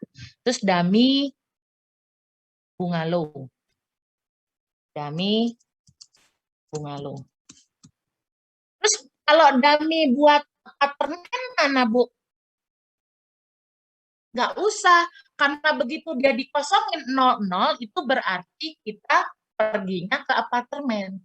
Karena yang 110 itu untuk yang hotel, ini kan hotel nih, berarti kan hotel kita tulis di DH 1, 1, 1, 1, 1, 1. Oke? Isi DH-nya itu dengan 1, dummy hotelnya 1. Karena dia memang untuk hotel, kan? Terus yang lain 0. 0, 0, 0, 0, 0, 0, 0, 0, 0, 0, 0, 0, 0. Oke? Sampai sini oke ya? Bu, Terus, itu hotelnya No. Hotel yang ke-8 Oh, yang ini ya? yang terakhir. Oke, sorry. Anda masih juara nih. Matanya bagus banget. Udah ya? 9 ya? 9. Iya. 7 ya? 1, 2, 3, 4, 5, 6, 7. Bener ya? Nah, yang DB untuk yang bungalow. Berarti dia mulai di sini nih. 1, 1. Bener nggak, Bula nggak? Kalau salah dikoreksi ya. 1, 1, 1, 1, 1. Benar sampai sini ya? Nah, yang lain diapakan? Ditolin, Bu. Dinolkan. Iya, betul. Jadi sebenarnya kita cuma perlu 2. Kalau dia isinya 1, 0 untuk DH dan DB itu berarti hotel. 0, 1 itu berarti bungalow. Kalau 0, 0 berarti dia apa, Nak? Apartemen. Apartemen. Nah, si 0, 0 itu yang daminya 0, 0 itu kita sebut sebagai baseline-nya. Bahasa linenya, baseline-nya. Baseline means that every computation will be compared to the baseline. Oh, pakai bahasa Inggris ya gue ya. Kayaknya sok banget. Jadi kalau baseline itu artinya semua komputasi itu nanti kita bandingkan dengan si apartemen. Ada nih nanti nilai pendapatan. Oh, itu berarti pendapatan si apartemen karena kita nggak punya karena DH dan DB-nya punya sih, tapi nilainya 0. Berarti yang jadi baseline adalah yang data yang berasal dari si apartemen. Bu, boleh nggak ganti, Bu? Saya nggak mau DH, saya maunya DA sama DB. Boleh nggak, Nak? Kalau saya ganti, saya nggak mau DH, tapi DA, DB. Berarti apartemen. Boleh nggak? Halo? Halo? Boleh. Saya... Boleh, Bu. Nah, kalau boleh gimana jadinya? Kalau saya ganti nih, misalnya ya, sekarang saya ganti ini menjadi DA. DA nih, yaitu dummy apartemen. Boleh ya? Boleh, katanya tadi udah sepakat boleh. Ini jadi DA apartemen. Berarti angkanya jadi berubah nih. Ini enggak 1 dia. Ini jadi berapa? Si hotel. 0. 0. Terus ini si apartemen jadi 1. 1. Gitu ya. Berarti sekarang yang jadi baseline-nya apa? Hotel. Jadi segala-gala yang Anda hitung itu berlaku untuk si Hotel. Si apartemen itu jadi yang nomor 1. 1, 0 maksudnya. Si 0, 1 jadi bungalow. Mau ganti, Bu. Sekarang yang mau jadi baseline-nya si bungalow. Boleh nggak? Boleh aja. Tinggal lo gantilah di sini. Bu, sekarang saya mau DA sama si DH gitu ya. Boleh nggak? Boleh. Apa juga boleh dah buat Anda kan. Ini tinggal dibikin hotel gitu. Ini hotel nih. Terus variabelnya ini jangan lupa diganti gitu aja kan. Nah, ini berarti 1, 1, 1, 1, 1, 1. Ini bungalow hilang nih jadi 0, 0, 0, 0, 0, 0, 0. Nah, sekarang yang jadi baseline siapa? Si bungalow. Kadang-kadang kita perlu melakukan beberapa kali komputasi untuk tergantung kalau di konsultan berarti tergantung kliennya pengennya analisisnya mau dilihat baseline-nya apa gitu ya. Kalau di manajerial Anda pengen lebih eksplorasi gitu. Oh, kalau saya mau bandingkan apartemen yang jadi pembandingnya adalah apartemen gimana, Bu? Itu kan. Ya berarti si apartemen jangan diikutin ke DH gitu kan. Jangan dibikin daminya, dia jadi 00 aja kayak gini. Untuk contoh saya pakai DH ya. Ini DH, saya ulangi lagi lah. Ini DH dan ini DB. Ada sama nih, nggak mau. Ini DB dulu lah. Ini DB. Ini DB, terus ini DH. Ini hotel, bentar ya. Tadi karena kita contoh nih. Nanti di ujian juga begitu. Anda, jadi boleh aja berbeda satu dengan yang lain gitu. Yang satu pakai dummy untuk hotel, yang lain tidak ada hotelnya. Boleh nggak? Boleh. Bungalow. Kalau saya sudah, ya saya. Hasilnya berpengaruh nggak, Bu? Hasilnya berpengaruh. Jelas, kalau nggak berpengaruh mah ngapain? Hasilnya berpengaruh berarti nanti Anda hati-hati melakukan interpretasinya. Tetap dibawa, karena kita pakai dummy yang mana nih, gitu kan. Jadi, kalau misalnya saya pakai DH dan DB, gitu ya, saya ulangi dulu ya, ini tadi kan belum benar nih. Ini di nolkan dulu nih. 0, gitu ya. Terus ini DH-nya kan hotelnya ya. Ntar dulu ya, saya jawab dulu satu, terus saya kerjakan dulu nih. 1, 1, 1. Udah ya? Udah belum nih? Masih hotel ya? 0, 0, 0, 0, 0, 0, 0, 0, 0, 0. Sekarang saya mau damikan yang bungalow-nya. 1, 1, 1, 1, 1. Tadi ada pertanyaan bagus, Bu. Kalau saya ganti-ganti gitu, gimana, Bu? Ya berarti interpretasi Anda harus berdasarkan baseline-nya yang mana. Jadi kalau nanti saya udah dapat hasilnya, saya mau interpretasi, saya selalu ingat, oh baseline saya adalah apartemen. Kalau teman Anda baseline-nya adalah hotel, dia akan bilang, ini berdasarkan persamaan ini berdasarkan hasil dari baseline-nya yang hotel. Jadi emang nggak bisa nyontek-nyontek kan, Anda? Jadi kalau mau nyontek itu agak susah. Anda harus nyontek, saya punya aturan kalau di kelas ya, nyontek itu boleh, asal konsisten dan tidak ketahuan sebenarnya. Tidak ketahuan dan konsisten. Kenapa kalau kita ketahuan kan parah tuh, digagalkan ujian kita. Terus kalau tidak konsisten, ya ini masalahnya. Dia sama nggak idenya dengan kita? Kalau kita tadinya pengen apartemen yang jadi baseline modelnya begini, apartemennya di 0 kan nih. Nanti hasilnya selalu bilang data ini berlaku untuk layanan hotel, apartemen. Beda dengan orang di depan Anda mungkin nggak mau, oh saya nggak suka, Bu, kayaknya saya curigation-nya yang justru lebih jadi baseline itu adalah hotel, Bu, karena hotel itu kan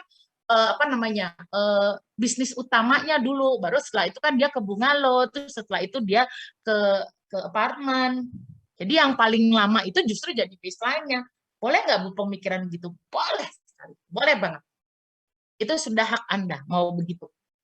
Tinggal nanti interpretasi di ujian pun tidak juga ada suruhan gitu ya. Misalnya kalau ujian terus ada perintah baseline-nya hotel, enggak gitu. Itu udah manajerial, keputusan manajerial Anda kan. Anda mau bandingkan pakai yang mana. Tapi tetap ingat kalau ada 3 kategori, kita lihat jenisnya ada 3, maka daminya tinggal K-1. Banyaknya kategori kita kurangkan 1. Lalu yang jadi baseline itu yang ini, yang isinya 0 ini. Hasilnya gimana, Bu? Ya nggak apa-apa, nanti tinggal interpretasikan bagaimana membaca. Kalau persamaan regresi, kita kan akan baca R kuadratnya, kita bicara ANOVA-nya gitu-gitunya, kan persamaan regresinya. Sehingga tetap selalu Anda tulis, ini berlaku untuk layanan atau kategori apartemen. Sampai sini oke ya? Paham? Paham, Bu. Oke. Saya ngambil, kenapa Ibu ngambil apartemen ya? Karena belakangan aja dia ada gitu. Saya nyontohinnya hotel dulu gitu, baru bungalow. Mungkin ada pernyataan enggak, Bu, saya maunya ini. Silahkan. Tapi ide pengerjaannya begini. Oke, kalau sudah ngapain ya? Setelah kita punya DH, hasilnya begini, terus kita tinggal analyze, regression, and linear. Setelah itu, kita masukkan ini. Masukkan input lah pendapatan sebagai dependent variable. By the way, dependent itu apa ya? Dependent variable apa ya? Paham nggak dependent variable? Dependent variable adalah variabel yang memberi apa dipengaruhi? Memberi pengaruh atau dipengaruhi? Memberi pengaruh. Memberi pengaruh. Iya. Pengaruh. Dependent variable itu dipengaruhi atau mempengaruhi? Dipengaruhi. Dipengaruhi. Berarti kalau dari logikanya, kalau kita punya variabel tamu, variabel okupansi, event, terus ada DH dan DB, kita masukkan aja ya sekaligus ya. DH dan DB sebagai dummy itu kita masukkan, maka yang dipengaruhi mereka itu si tamu, okupansi, event, DH dan DB kita jadikan independent variable. Variabel bebas, yaitu variabel yang memberi pengaruh.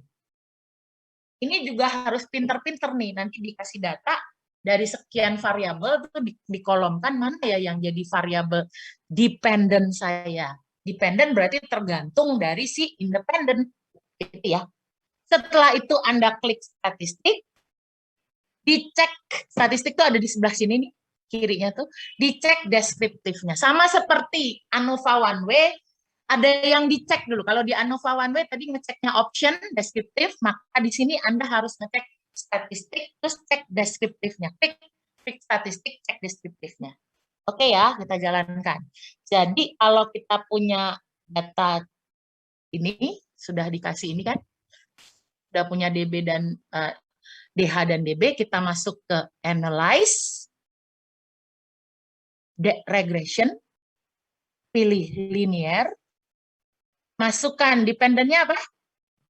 Pendapatan, terus tamu, okupansi, event, dummy, ini masukkan ke independen. Jadi kolom independen lebih besar dari kolom dependen. Dependen cuma buat satu.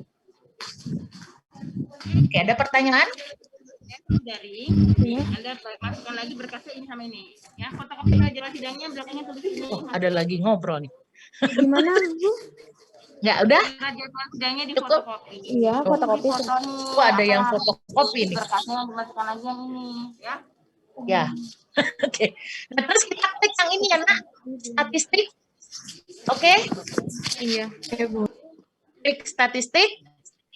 Terus jangan lupa, ini dia belum ada nih. Defaultnya nggak pakai deskriptif. Jadi Anda klik yang ini ya. Ingat nggak? Nih. Jadi kita klik deskriptif. Ini nggak disuruh fotokopi ini surat jadwal sidang. Terus Fotokopi, continue. fotokopi, dicap, Oke. terus belangko, bukti bayaran fotokopi. belangko, Sebentar. isi data diri. Apa tadi angkanya? Ini ada yang bisa di-unmute nih, siapa nih yang lagi ngurus mau ujian nih.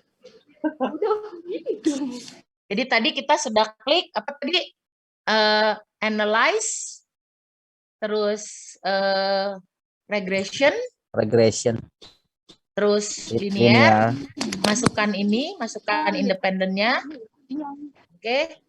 Terus tinggal di statistik, klik deskriptif. Continue. Oke. Kita cek. Nah, dia udah punya correlation, Nak. Nggak usah lagi pergi ke, ada yang, Bu, saya mau pakai analyze, terus pakai correlate, Bu. Ya boleh aja sih, cuman nanti 2 kali. Ngapain bingung-bingung, sekali jalan aja. Kita pakainya yang ini aja, klik deskriptif di statistik, maka dia akan tampilkan juga data correlation. Oke. Data correlation bisa Anda copy, masukkan ke Word kalau mau. Gitu ya. Mana nih? Mana Word-nya saya nih? Nih, terus Anda tinggal pasnya aja. Nah, gitu ya. Pasnya ini. Nih. Halo, Mi. Oke. kenapa? Halo, ada yang ngobrol nih. Oke. Atau kalau gaya saya, kalau di sini nanti Anda bisa lakukan juga. Balapan dong caranya. Nih. Bingung gua. Wah, ada motor lagi lewat. Waduh.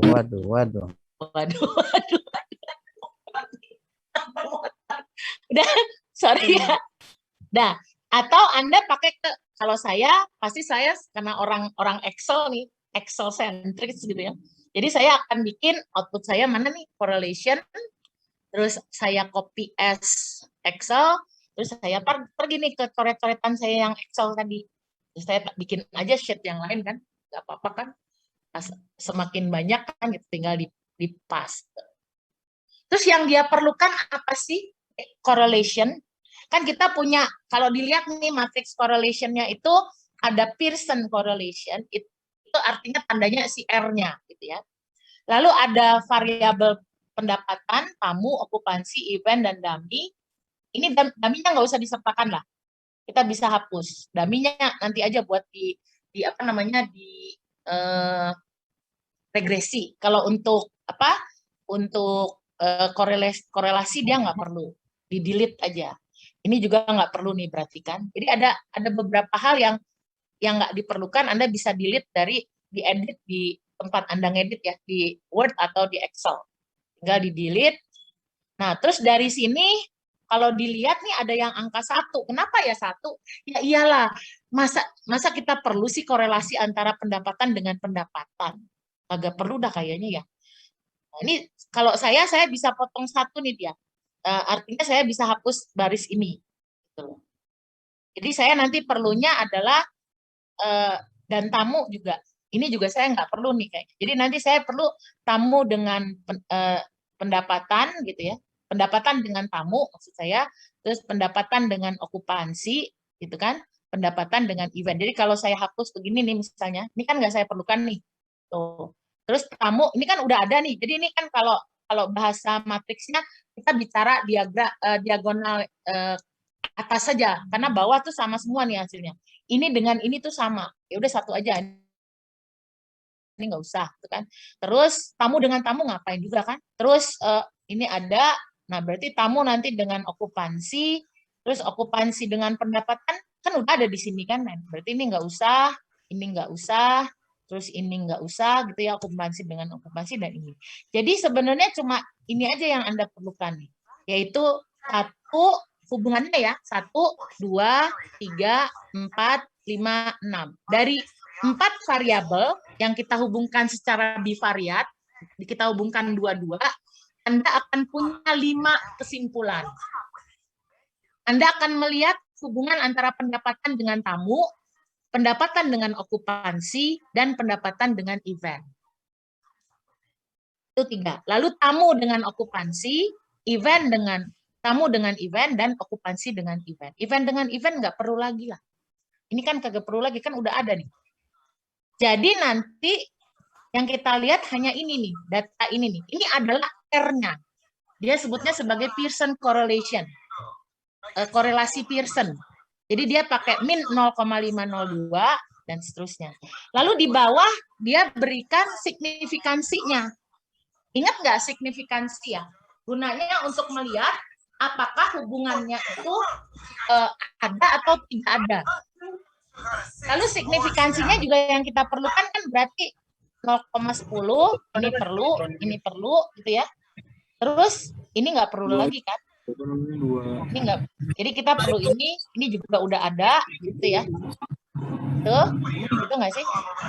Terus ini udah gini aja nih, 1, 2, 3, 4, 1, 2, 3, 6 ya, 6 ya. Nah ini kan udah nggak perlu lagi. Ini bisa dihapus. Bisa di-clear konten. Dummy juga nggak perlu lah. Dummy nggak perlu, banyaknya juga nggak perlu lah. Tinggal ini dihapuskan. Jadi sebenarnya data Anda cukup begini aja. Berapa R untuk hubungan antara pendapatan dengan tamu? Nah ini berarti bisa dihapus nih. Ini dihapus. Jadi saya cuma perlu berapa pendapatan dengan tamu? Negatif loh. Minus 0,502. Nah, minus 0,502, kalau minus berarti arah hubungan ya. Arah hubungan masih ingat nggak pelajaran statistika 2? Saya ngajar statistika 2 nih. Salah satu bahasannya adalah correlation and regression. Regresi dan korelasi linier. Kalau minus 0,502 artinya apa? Ada yang bisa tahu artinya? Secara statistik aja. Artinya kalau tamunya naik, malah pendapatannya turun. Lucu nggak? Harus ada pembenarannya nanti. Nanti kalau, kenapa ya kok kalau tamunya naik pendapatannya turun? Oh, mungkin ada biaya yang nggak kelihatan berkaitan dengan 1 orang tamu. Jadi kalau ada biaya yang dikenai, kalaupun nggak ada tamunya harus ditanggung sama hotel, misalnya begitu ya.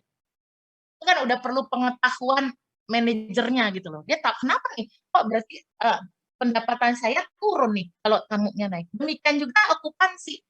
Okupansinya naik, malah pendapatan turun.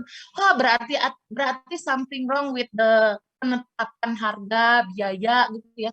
Ada ketidakefisienan kali ini di sini. Nah, itu sudah harus dikorek-korek nih ke dalam. Nah, kalau Anda sudah mulai mengorek-ngorek kenapa terjadi hubungan yang negatif, itu berarti Anda sudah masuk dah ke analisis secara ekonomi atau manajemen. Itu udah di luar domain pengetahuan saya yang terbatas. Saya cuma ngerjain statistiknya doang.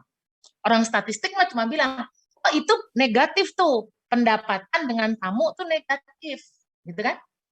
Ya, negatif.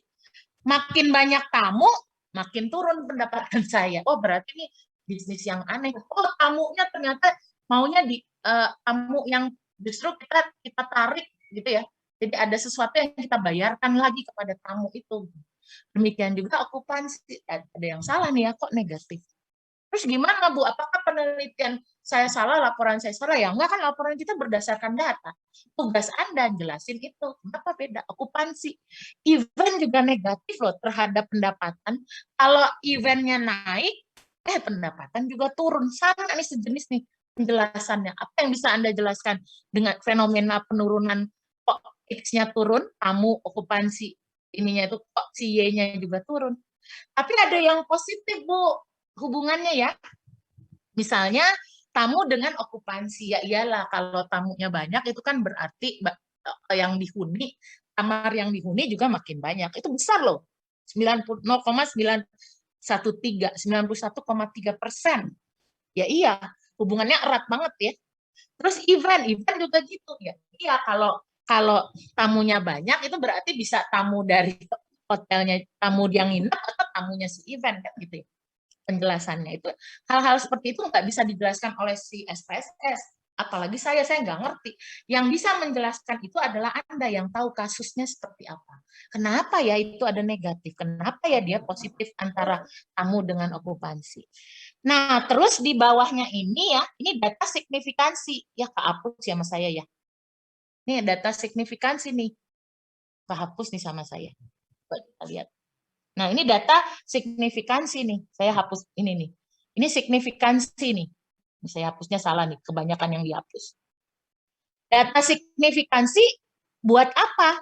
Untuk menerangkan bahwa minus 0,502 itu berarti enggak sih? 0,502 itu berarti enggak sih? Kita bandingkan dengan alfa, biasanya 5% kalau untuk penelitian sosial, 5%. Kalau dia lebih kecil dari 0,05 atau 5%, berarti R kita itu signifikan. Ada artinya, berarti beneran ada hubungan antara tamu dengan pendapatan. Terus lihat pendapatan dengan okupansi, minus 0,129. Lihat berapa signifikannya okupansi dengan pendapatan, signifikansinya 0,2589. Artinya apa? Nih.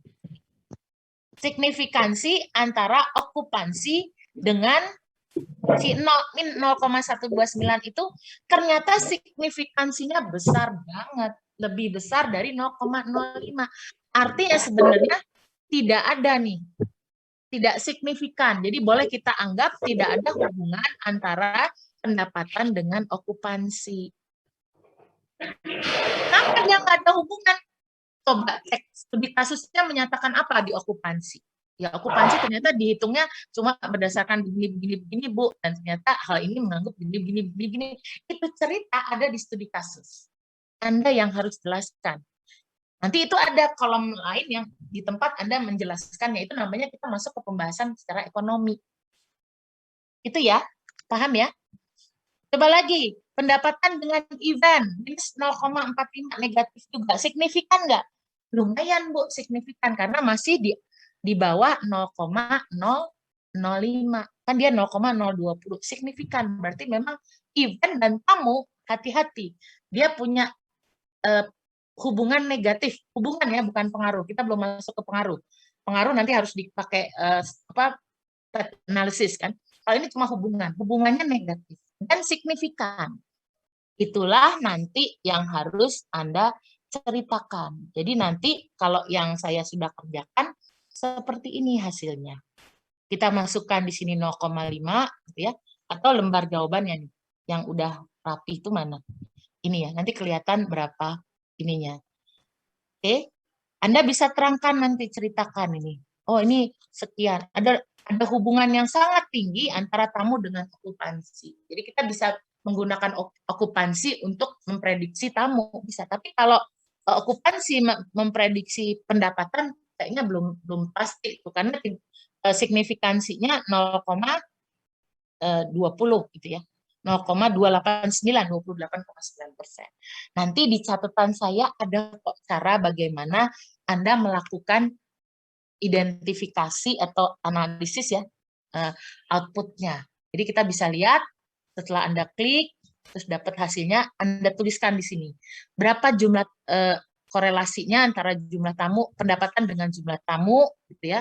Ini bisa di-copy, lalu kita pindahkan, gitu ya. Setelah itu, korelasi Anda lihat nih. Kan dia minta nih, di sini nih. Cek ya.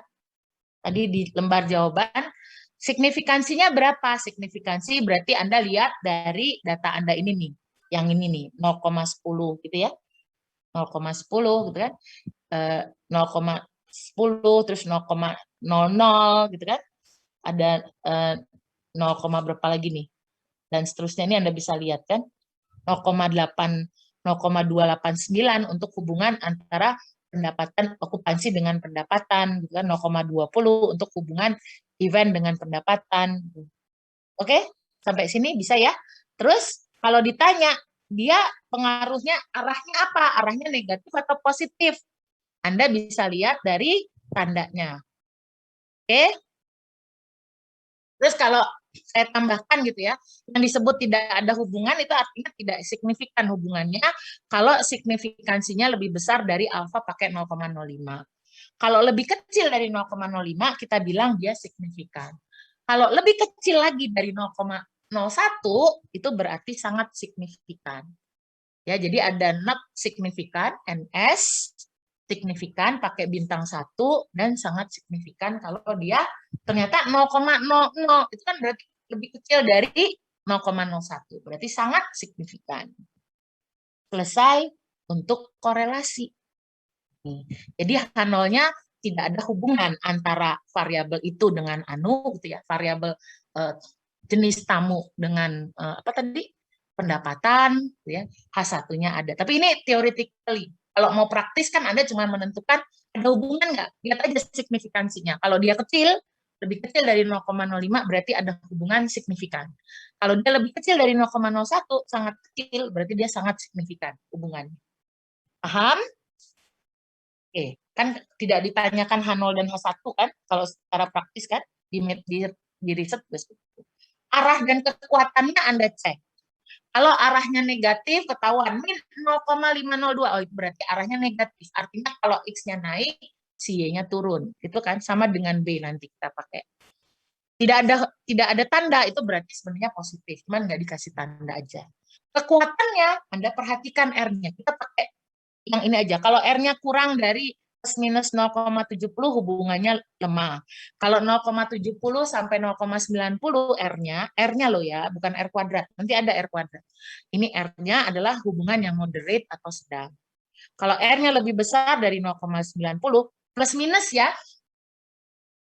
Jadi kita nggak usah lihat tanda. Jadi kalau plus 0,55 dengan min 0,97 itu yang lebih tinggi, yang lebih erat hubungannya yang minus 0,97. Anda hanya lihat nilai absolutnya, tidak pakai minus, tidak pakai plus. Oke, paham ya? Jadi min 0,80 itu lebih erat dibanding kalau dengan plus 0,3. Paham? Perhatikan nilai R, nilai absolutnya. Kalau tandanya itu cuma buat lihat X-nya naik, Y-nya seperti apa. Oke? Ada pertanyaan? Udah, ini selesai nih tuliskan hasilnya. Jadi hasil untuk korelasi kira-kira seperti ini. Selesai nggak 15 menit ya? Jadi Anda cari Pearson correlation-nya tadi ngambil dari itu 0,502, 0,502, signifikannya 0,10 signifikan. Tidak signifikan kalau untuk yang okupansi itu ditulis. Gitu ya? Bu Susan. Ya silakan. Makanya Bu yang jumlah apa itu tadi itu? Jumlah Event. tamu. Hubungannya kan 0,02 tuh. Tapi ditulisannya sangat signifikan, Bu. Yang mana? Yang 0,02, iya kan? Yang ini ya, yang iya kan dibandingkan. Kan Oh aku pernah iya, dari salah ya, Nak. 0,1. Oh iya, salah, benar. You are right. Saya pakai itu. Benar. Mestinya signifikan aja ya. Betul. Betul. Wah, pinter nih mahasiswanya. Maaf ya. Ini nih saya ganti Teman saya dulu. sih Bu tadi bilang nggak mau ngomong dia. Iya benar. Karena ya saya ganti dah nih. Ini berarti harus diganti apa? Ya, benar Anda pinter nih. Saya yang salah. Itu ya. Wah, berarti saya nih nggak kompeten. Udah ya. Ada lagi nggak yang salah? Karena dia sigma 0,020 ya, benar ya. Siapa tadi yang kasih saran? Hebat nih. Benar signifikan. Gregorius, Bu. Gregorius ya. Gregor berarti itu benar ya. Udah benar nggak, Gregor? Nanti dicek lagi berarti. Wah, salah nih. Gak apa-apa lah. Ya dibandingkan dengan 0,0. Makasih, Bu. Oke. Yang lain ada yang salah nggak? Coba yang lain cek. Selesai nggak 15 menit yang ngerjain ini? Jadi tadi 15 menit persiapan data, 15 menit deskriptif, 15 menit itu baru 45 menit. Lain 15 menit terakhir, kita masuk dah di pembahasan itu yang regresi. Nah, pembahasannya ini nanti, pembahasan hasil korelasi nanti, mengapa hubungan itu negatif. Nah, itu Anda harus bahas sendiri ya, saya nggak bisa nih ngebahasnya. Kurang pinter nih, nggak kompeten juga nih. Mengapa hubungan pendapatan dengan okupansi tidak signifikan atau tidak ada? Lakukan pembahasan dengan menggunakan teori manajemen pemasaran atau hubungkan dengan informasi yang disajikan dalam studi kasus. Paham?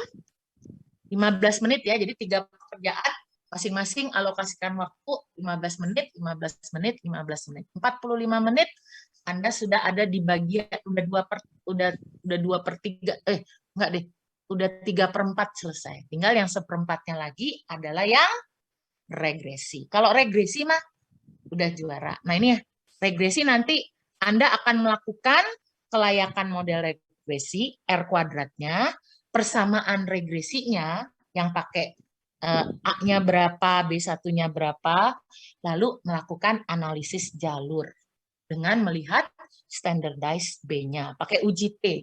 Jadi kalau di skripsi kita mulai dengan uji F, lalu persamaan regresi, dan uji T. Gitu ya. Oke ya. Satu-satu kita lihat. Hasilnya udah ada di output tadi. Jadi kita sekali ngerjain aja, udah lihat outputnya aja lagi ya. Jadi Anda cuma ngeklik tadi tuh sekali ke kemana tadi, ke analyze, regression, linear, terus Anda masuk ke kemana tadi tuh, ke deskriptif ya, statistik, deskriptif, terus udah kelar. Nah, hasilnya kan outputnya kan berjuntai-juntai tuh. Banyak banget nih. Kalau kita lihat tadi hasilnya di output ini nih, wah, ini kan banyak banget tuh. Nah, sekarang mulai satu-satu kita kupas. Mulai dengan model summary. Model summary menyatakan apakah model Anda itu sudah cukup layak untuk melakukan prediksi terhadap si Y-nya, si pendapatan. Pendapatan tuh Y ya. Dengan menggunakan penduga pakai konstan, pakai DH, pakai DB, pakai DH, pakai tamu, pakai event, pakai okupansi. Anda lihat model summary-nya. Model summary Anda bisa tampilkan R kuadratnya saja deh. Nggak usah peduli pada adjusted R square. No, Anda pakai R kuadrat aja. R kuadratnya besar nggak? R kuadrat saya berapa tuh? 98,3 gitu ya. 98,3 artinya apa ya? R kuadrat sebesar 98,3 artinya artinya si yang jadi Y tadi apa ya? Pendapatannya Pendapatan itu 98,3% dipengaruhi oleh apa? Tamu, okupansi, Tamu, dan event. Okupansi. Iya. Event. Menurut Anda itu bagus nggak? Bagus, Bu. Karena Bagus, mendekati Bu. satu. Kenapa bagus? Bagus. Mendekati angka Lebih satu. dari Iya, Nah, betul. Hampir 100%, ini bagus banget. 98,3% nilai si penjualan, pendapatan itu disebabkan oleh si X1, X2, X3, DP, DH gitu kan. Udah bagus banget. Sisanya dikit. Berapa? 1,7%, kurang dari 2% ya. Oleh hal-hal lain. Itu didukung sama si ANOVA. Jadi model summary Anda gabung sama ANOVA ceritanya. ANOVA-nya signifikan nggak? Oh iya, signifikan banget. 0,000. Berarti benar. Emang ini model kita bisa dipakai untuk memprediksi si Y dengan sejumlah X. Gitu aja ceritanya untuk si model summary. Ini mah udah biasa Anda kerjakan ya. Udah ngerti lah. Jadi kita mulai dengan R kuadratnya 0,983, hasil ANOVA-nya signifikan, berarti oke. Datanya cakep. Bu, kalau R-nya ternyata nggak signifikan, gimana? Oh, berarti datanya belum bisa dijadikan dasar bikin model nih. Modelnya kita masih gamang gitu. Tapi Anda dilaporkan aja ya, seadanya dilaporkan. Nggak apa-apa, nggak ada yang salah. Asal datanya emang benar masukannya. Oke, selesai kan si model summary. Itu langkah pertama di regresi. Selanjutnya, Anda gunakan koefisien. Gitu ya. Koefisien bagian, ini 2 kali kita gunakan. Yang pertama, untuk membangun. Wah, ini lain ini datanya. Untuk membangun, membangun modelnya. Kenapa datanya salah ya saya? Gak apa-apa lah, kita pakai ini. Jadi kalau bisa si koefisiennya itu kita pakai hasil yang ini, abaikan dulu ya, saya mungkin ada salah masukin data juga nih, tapi hasilnya tuh kita gunakan unstandardized B itu untuk membangun model. Jadi nanti Anda bisa tampilkan pendapatan sama dengan, nah ini ada kekeliruan, salah di mana nih? Wah, parah nih. Tapi saya pakai yang ini aja lah, yang udah ada di ini. Seandainya nanti, nah ini ya, tadi cek model summary, tuliskan R kuadratnya, pengaruh lemah atau sedang atau kuat. Kalau dia di atas 0,75, kalau R kuadrat nggak mungkin negatif ya nak, namanya juga udah kuadrat, pasti nggak negatif. Terus, ANOVA membuktikan kelayakan model. Kalau dia signifikan, berarti dia modelnya layak. Kalau enggak, berarti tidak layak. Oke, kita lihat dari, saya pakai angka yang ini ya, ternyata ada yang kacau balau tuh kenapa tuh kesalahan. Saya pakai yang ini. Jadi kalau, nah R kuadrat saya malah sedikit beda tuh, 0,982. Artinya 98,2% itu di si semua X ya, jadi saya sebutkan tuh X-nya, X1, X2, X3, X4, dan seterusnya, itu berpengaruh terhadap pendapatan. Sisanya disebabkan oleh hal-hal lain. Oke, selesai. Oke, terus itu juga ANOVA-nya signifikan, berarti dia memang modelnya layak dinyatakan untuk memprediksi nilai Y. Oke, berarti ini bisa saya isikan, gitu ya, diisikan ke sini. Nah, selanjutnya kita buat persamaan regresi. Persamaan regresi ngelihatnya dari unstandardized B. Oke, lalu interpretasikannya itu Anda gunakan apa ya namanya, nilai-nilai yang mulai dari konstan, lalu koefisien unstandardized, dan setiap dummy variabelnya juga sudah dimasukkan. Dalam beberapa kasus, kita tidak sebutkan nilainya. Misalnya kalau kita ngambil datanya bukan data yang berupa data numerik, beberapa ahli menyatakan nggak usah sebutkan nilainya, karena itu kan skalanya nggak jelas. Tapi kalau kita bicara uang, kita bicara persentase, mungkin bisa disebutkan berapa nilainya. Oke, kita pakai yang ini aja kalau gitu ya. Ini kayaknya agak salah nih nilainya. Nggak sama nih. Konstannya beda nih. Jadi kalau kita lihat nih, data hasil saya beda ya. Kenapa bisa beda ya? Datanya berubah apa? Nah, misalnya kita pakai koefisien ini aja. Coba di Digunakan koefisien yang ini, bagian yang unstandardized. Berapa persamaan regresinya? Persamaan regresinya berapa tuh? Persamaan regresi, kalau saya gunakan apa ini aja ya, pakai ini aja deh ya. Pakai ini aja. Berapa persamaan regresi saya tuliskan nih. Mudah-mudahan nggak salah ngetik ya. Min 72066763 konstannya saya ambil, minus loh ya. Minus kan ya. Min 9415.78 tamu, saya nggak pakai ini, plus 17155.740 okupansi, plus ya, okupansi plus, event plus, DH minus, Anda tulis aja, min 1594106 sekian, min 196200756.1 dB. Oke, sampai sini selesailah persamaan regresinya. Kalau diperlukan, Anda bisa taruh di situ. Sekarang mari kita interpretasikan nilai yang ini aja. Nilai ini. Bagaimana menginterpretasikannya? Nah, kalau kita lihat konstan, nah ini sudah mulai nih. Hati-hati nih. Kita pakai baseline-nya itu apartemen, karena dia 0, 0. Semuanya 0. Ingat nggak kalau konstanta itu kan menyatakan nilai Y ketika semuanya itu dinolkan. Ketika tidak ada tamu, ketika tidak ada okupansi, tidak ada event, tidak ada peningkatan event, jadi 0%, 0 tamu maksudnya, 0 event maksudnya, lalu DH-nya sama dengan 0, DB-nya juga sama dengan 0. DH sama dengan 0, DB sama dengan 0, itu adalah ketika kita lagi nawarin apartemen. Sehingga konstan min 7 sekian-sekian itu adalah, ini masih belum dalam ribuan, jadi saya udah ribuan. Jika dalam setahun tidak ada tamu, 0 tamu, tingkat okupansinya juga 0%, tidak ada event, maka pendapatan PTHBA itu adalah minus, itu dikali 1000, minus 7 miliar sekian. Sampai sini paham ya? Oke, ada minus segitu.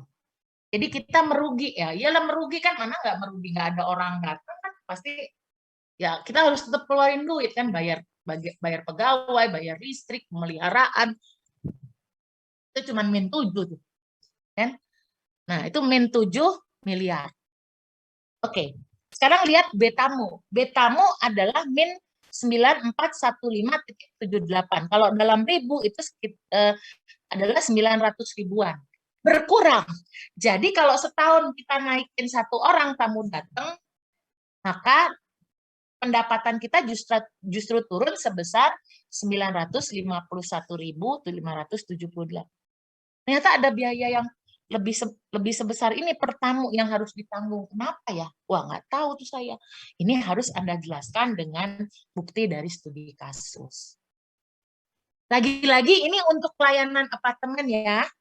Ingat-ingat tuh. Jadi nanti kalau menulis analisis Anda harus bilang ini untuk apartemen. 1, konstannya sekian, B tamunya sekian, itu. Terutama untuk Y-nya ya. Y-nya itu untuk seperti itu.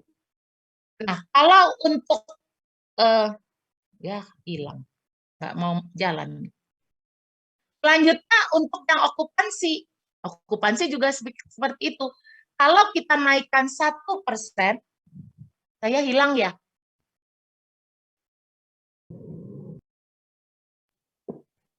Oke, okupansi udah. Kalau okupansinya naik 1%, dia nambah deh pendapatannya, ya nggak sih? Kan positif ya okupansi kan? Kalau okupansi naik 1%, okupansi itu lebih pada persentase ruangan yang kita miliki yang dipesan dipakai gitu ya. Kalau 1% naik, ternyata naiknya itu 1.715.000 sekian juta. 1.715.000 sekian gitu ya. Itu adalah hasil pengaruh si okupansinya.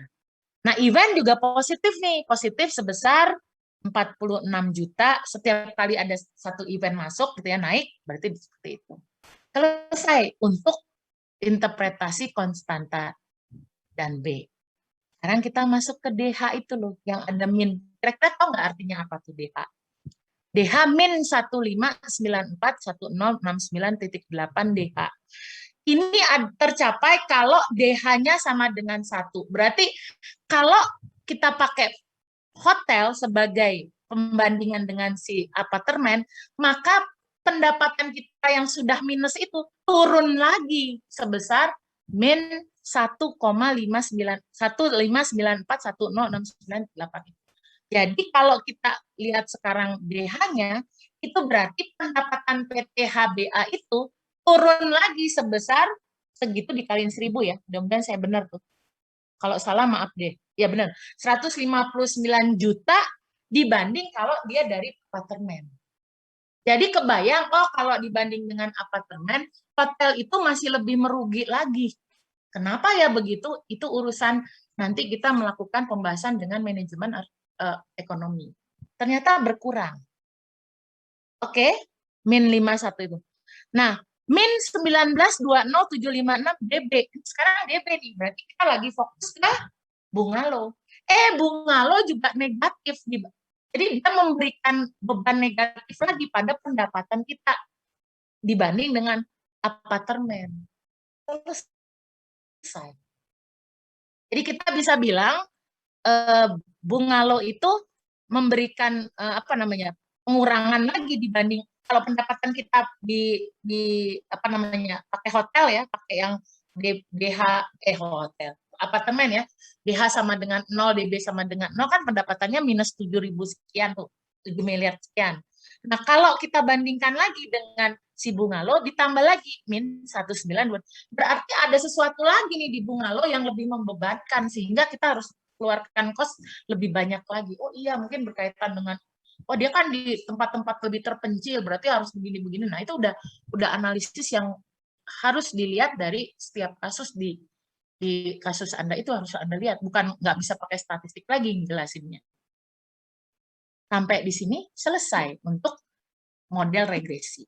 Ada pertanyaan? Bu, itu signifikan nggak bedanya? Nanti kita lihat signifikannya pakai PET analisis. Kita cuma bisa bilang sekarang Bungalo tuh lebih kecil dibanding pendapatan dari Bungalo lebih kecil dibanding pendapatan dari apartemen karena dia negatif. Hotel pun demikian. Bu, kalau saya mau bandingin hotel dengan Bungalo gimana, Bu? Berarti Anda harus bikin lagi persamaan regresi lagi. Dengan baseline-nya adalah hotel. Jadi hotel jadi pembanding dengan Bungalo. Kayaknya sih kalau misalnya secara deskriptif aja ya, kalau si Bungalo kan memberikan beban min 196 juta. Kalau hotel berapa? Hotel berapa? Hotel tadi berapa ya? Kalau 159. Oh, kira-kira kayaknya masih lebih merugi si Bungalo ya, Bu, dibandingkan dengan Pak. Tapi saya nggak berani jawab gitu. Anda bisa lakukan nanti pakai baseline-nya, baseline hotel misalnya ya. Tapi kalau dibandingkan dengan apartemen, Anda bisa lihat posisinya tuh apartemen paling sedikit merugi, kemudian hotel baru paling merugi itu Bungalo gitu kayaknya ya. Meruginya lebih besar itu yang di Bungalo. Itu nggak sih? Itu ya. Setuju nggak? Setuju aja dulu ya. Selesai interpretasi. Terakhir banget nih kita masuk ke analisis jalur.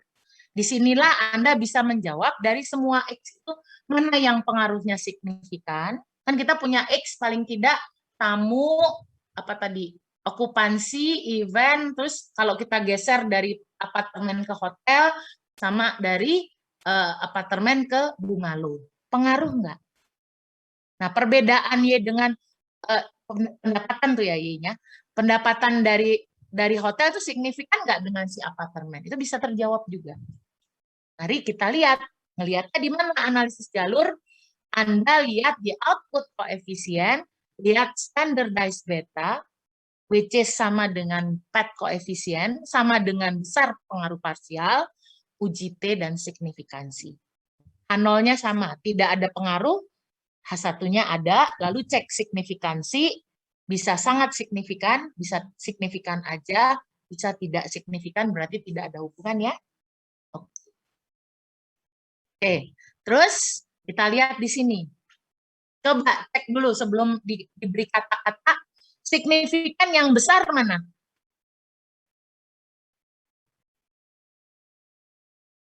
Lihat di mana? Tamu dan okupansi. Signifikan yang besar. Tamu dan okupansi, Bu. Signifikan yang besar artinya lebih besar dari 0,05. Even, Bu, even. Even. Artinya apa? Even itu tidak mempengaruhi Tidak mengaruhi pendapatan. Pendapatan.